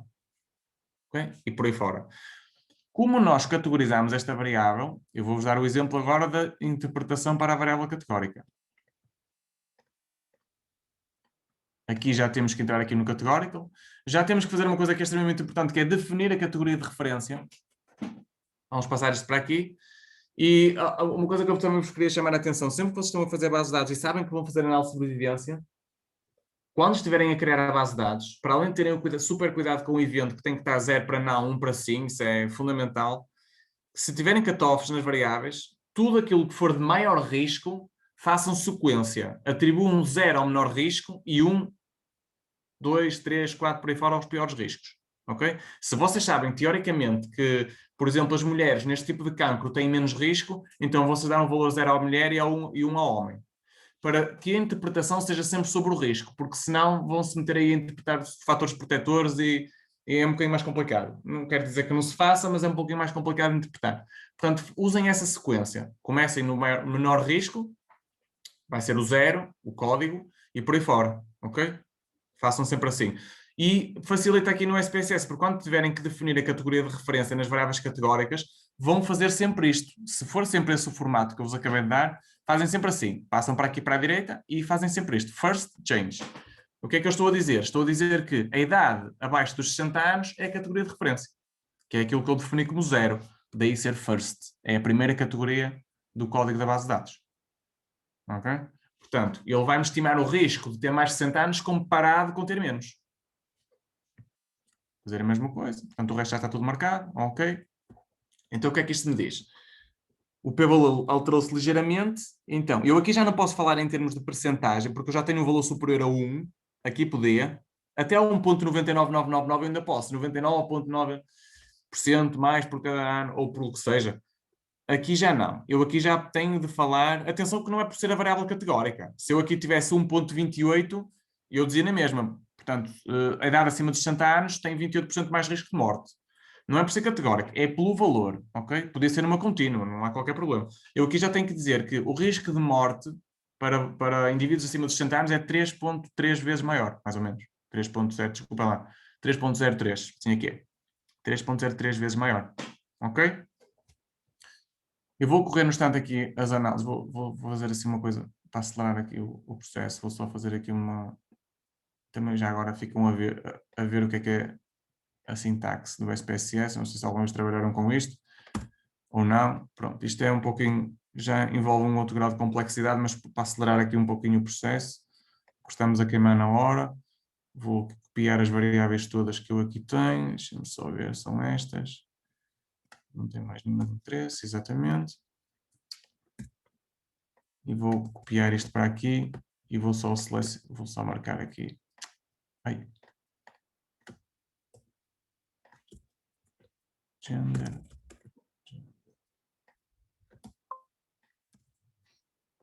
Basicamente o que eu estou a fazer é usar aqui o SPSS tem uma sintaxe aqui a correr por trás, que é esta questão aqui a ver, é como se fosse um código, ok, computacional, e basicamente eu posso acelerar um pouquinho em vez de estar ali e dar clique, clique, clique, isto, clique aquilo, clique aquilo outro, no histologia e no BM e não sei o quê, e eu vim aqui e criei isto através do código. Okay? Se quiserem perceber um pouquinho mais do que isto é, também podem pesquisar, SPSS sintaxe, provavelmente não irão precisar, mas de qualquer forma, pronto. Como eu sei que isto é tudo igual, ou seja, é tudo chain first, as capturas de referência são todas o 0, ou o primeiro, eu posso fazer isto, e facilita muito a vida, acreditem, facilita imenso a vida, são muito mais rápidos a fazer isto e cometem menos erros. Então eu vou correr isto tudo outra vez, então. Correste outra vez? Não, que é a primeira vez que eu estou a correr. Se repararam, eu só selecionei tudo, carreguei ali naquela setinha verde para correr os resultados. Portanto, onde é que eu apanhei, começando ali na idade, cá está. Pronto, já tínhamos visto, a idade era significativa. Se me quiserem agora ajudar, se alguém quiser apontar no papel o que é significativo para eu depois correr a multivariável, agradecia. A idade é significativa, o género é significativo, portanto, mais uma vez, isto aqui é completamente omisso em relação às categorias, vocês têm que saber, eu sei que, como eu defini categoria de referência à primeira, eu sei que está-me aqui a estimar um risco para os homens 2,21 vezes maior, ok? Eu tenho que saber isto, não vai estar em lado nenhum. Tenho que saber de acordo com aquilo que eu defini. Por aqui abaixo, Histologic Grade, a categoria 1, eu não sei se é 1, é aquilo que eu tenho na base de dados. Lá está, eu como não sei, já estou aqui a patinar, já tenho que ir ver, estão a ver o trabalho que dá. Tenho de ir à base de dados. Histologic Grade. Portanto, o 1 é o 1, o 2 é o 2 e o 999 é o unknown, que eu por acaso devia ter aqui definido como missings unknown, ainda vou ter que correr isto outra vez. E deve haver missings, pois é. Pronto, para o efeito vai ficar assim, mas devia estar aqui a definir isto como missings. E claro que ia perder dados com isso, mas paciência. Portanto, o 1 é 1, o 2 é 2 e o 999 é unknown. Ok. Pronto. Ups. Onde é que ele está? Está aqui. Mas outra variável que seja significativa. Temos aqui o rituximab therapy, também é. Eles são todas praticamente.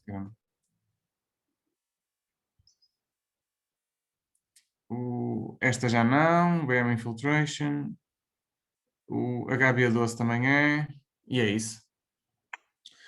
Pronto, eu tendo isto, sabendo eu isto, eu agora vou correr uma regressão de Cox multivariável, que é sempre o pináculo daquilo, é o vosso trabalho, conclui com isto, ok? Podem depois eventualmente correr um bootstrap, às vezes algumas revistas que pedem, hoje já não vai dar tempo para falar disto, já passamos a hora, mas podem fazer um bootstrap, às vezes algumas revistas pedem, que é uma espécie de um refinamento das estimativas, é usar a vossa amostra e replicá-la fazer a amostragem sem repetição ou com repetição durante muitas vezes para fazer um refinamento das estimativas. Hoje não vai dar tempo para isso, mas se quiserem depois pesquisar um pouquinho sobre isso, e algumas revistas pedem. Pronto, então vamos entrar aqui no Ox Regression, no menu mesmo. Simplesmente, agora vamos selecionar as variáveis todas que foram significativas, que foram age, gender, que mais era... Raquel apontou. Quais é que eram as outras? Era o género, a hemoglobina, HB12, o rituximab, a idade, e não cheguei a perceber se o Eu acho que o histologic rate também era Pois é isso, rituximab. o grau 1. Ok, não, podemos considerar também. Então, vocês nunca devem preferir um resultado univariado a um resultado multivariável. Nunca, ok? Porque vocês estão... É como aquela história do café e do tabaco, não é? Um determinado indivíduo, claro que isto é uma sátira, não é? Fez um estudo e descobriu que as pessoas que tomavam muito café tinham muito câncer do pulmão. Depois foi a ver que de facto as pessoas que tomavam muito café também fumavam muito, não é? E tirou uma conclusão errada. Porquê? Porque só mediu a variável de tomar café e não mediu o tabaco. Então há variáveis que exercem um efeito confundidor sem nós nos apercebermos. Aquelas que nós nos apercebemos, incluímos, mas estudos sem limitações não existem, não é? Há variáveis que nós não nos apercebemos.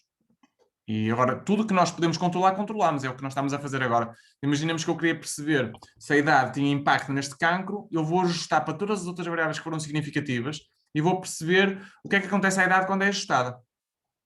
Ok? Portanto, vou aqui só ao categórico e vou definir isto como first também.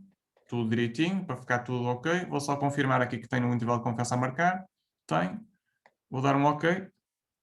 Vamos ver então o que é que acontece. Então, por acaso temos aqui um fator protetor, até vai ser bom para vocês verem o que é que isto é. Ora bem, então.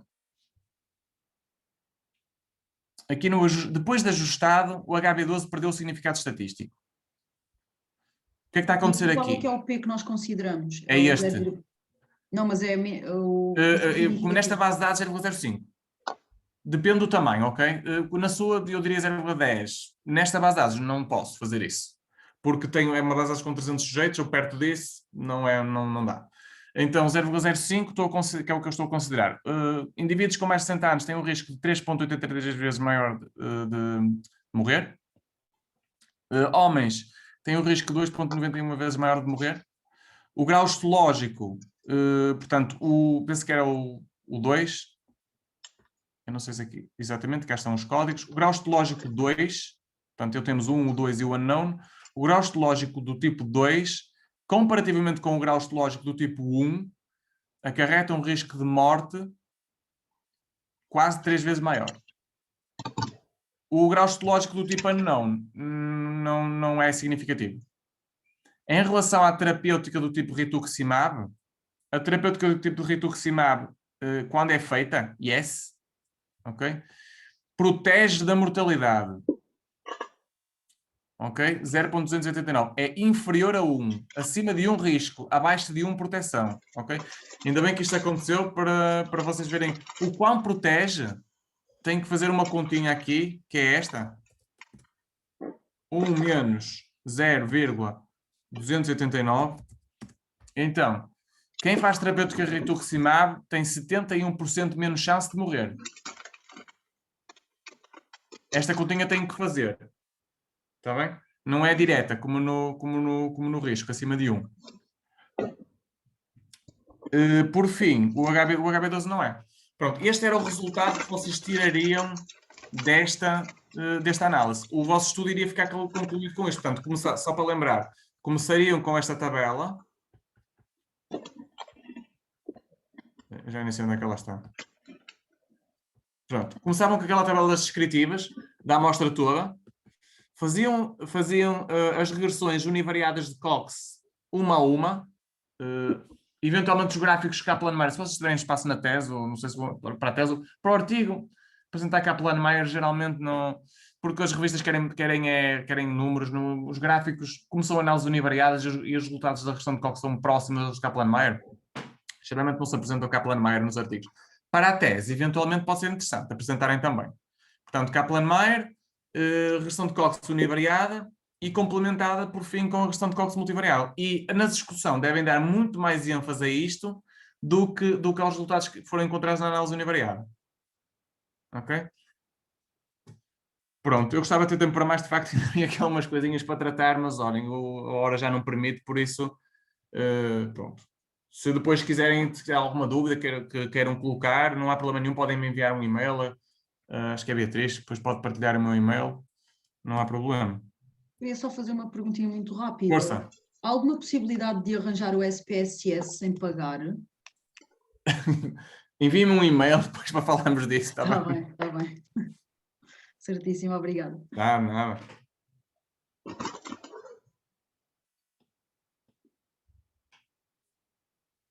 Pronto. Eu não sei se a Beatriz está por aí. Está ali, está. Sim, estava só a ver se mais alguém tinha dúvidas. Sim, estejam à vontade. Estão à vontade para sair também. Obrigada. Muito obrigada. Nada.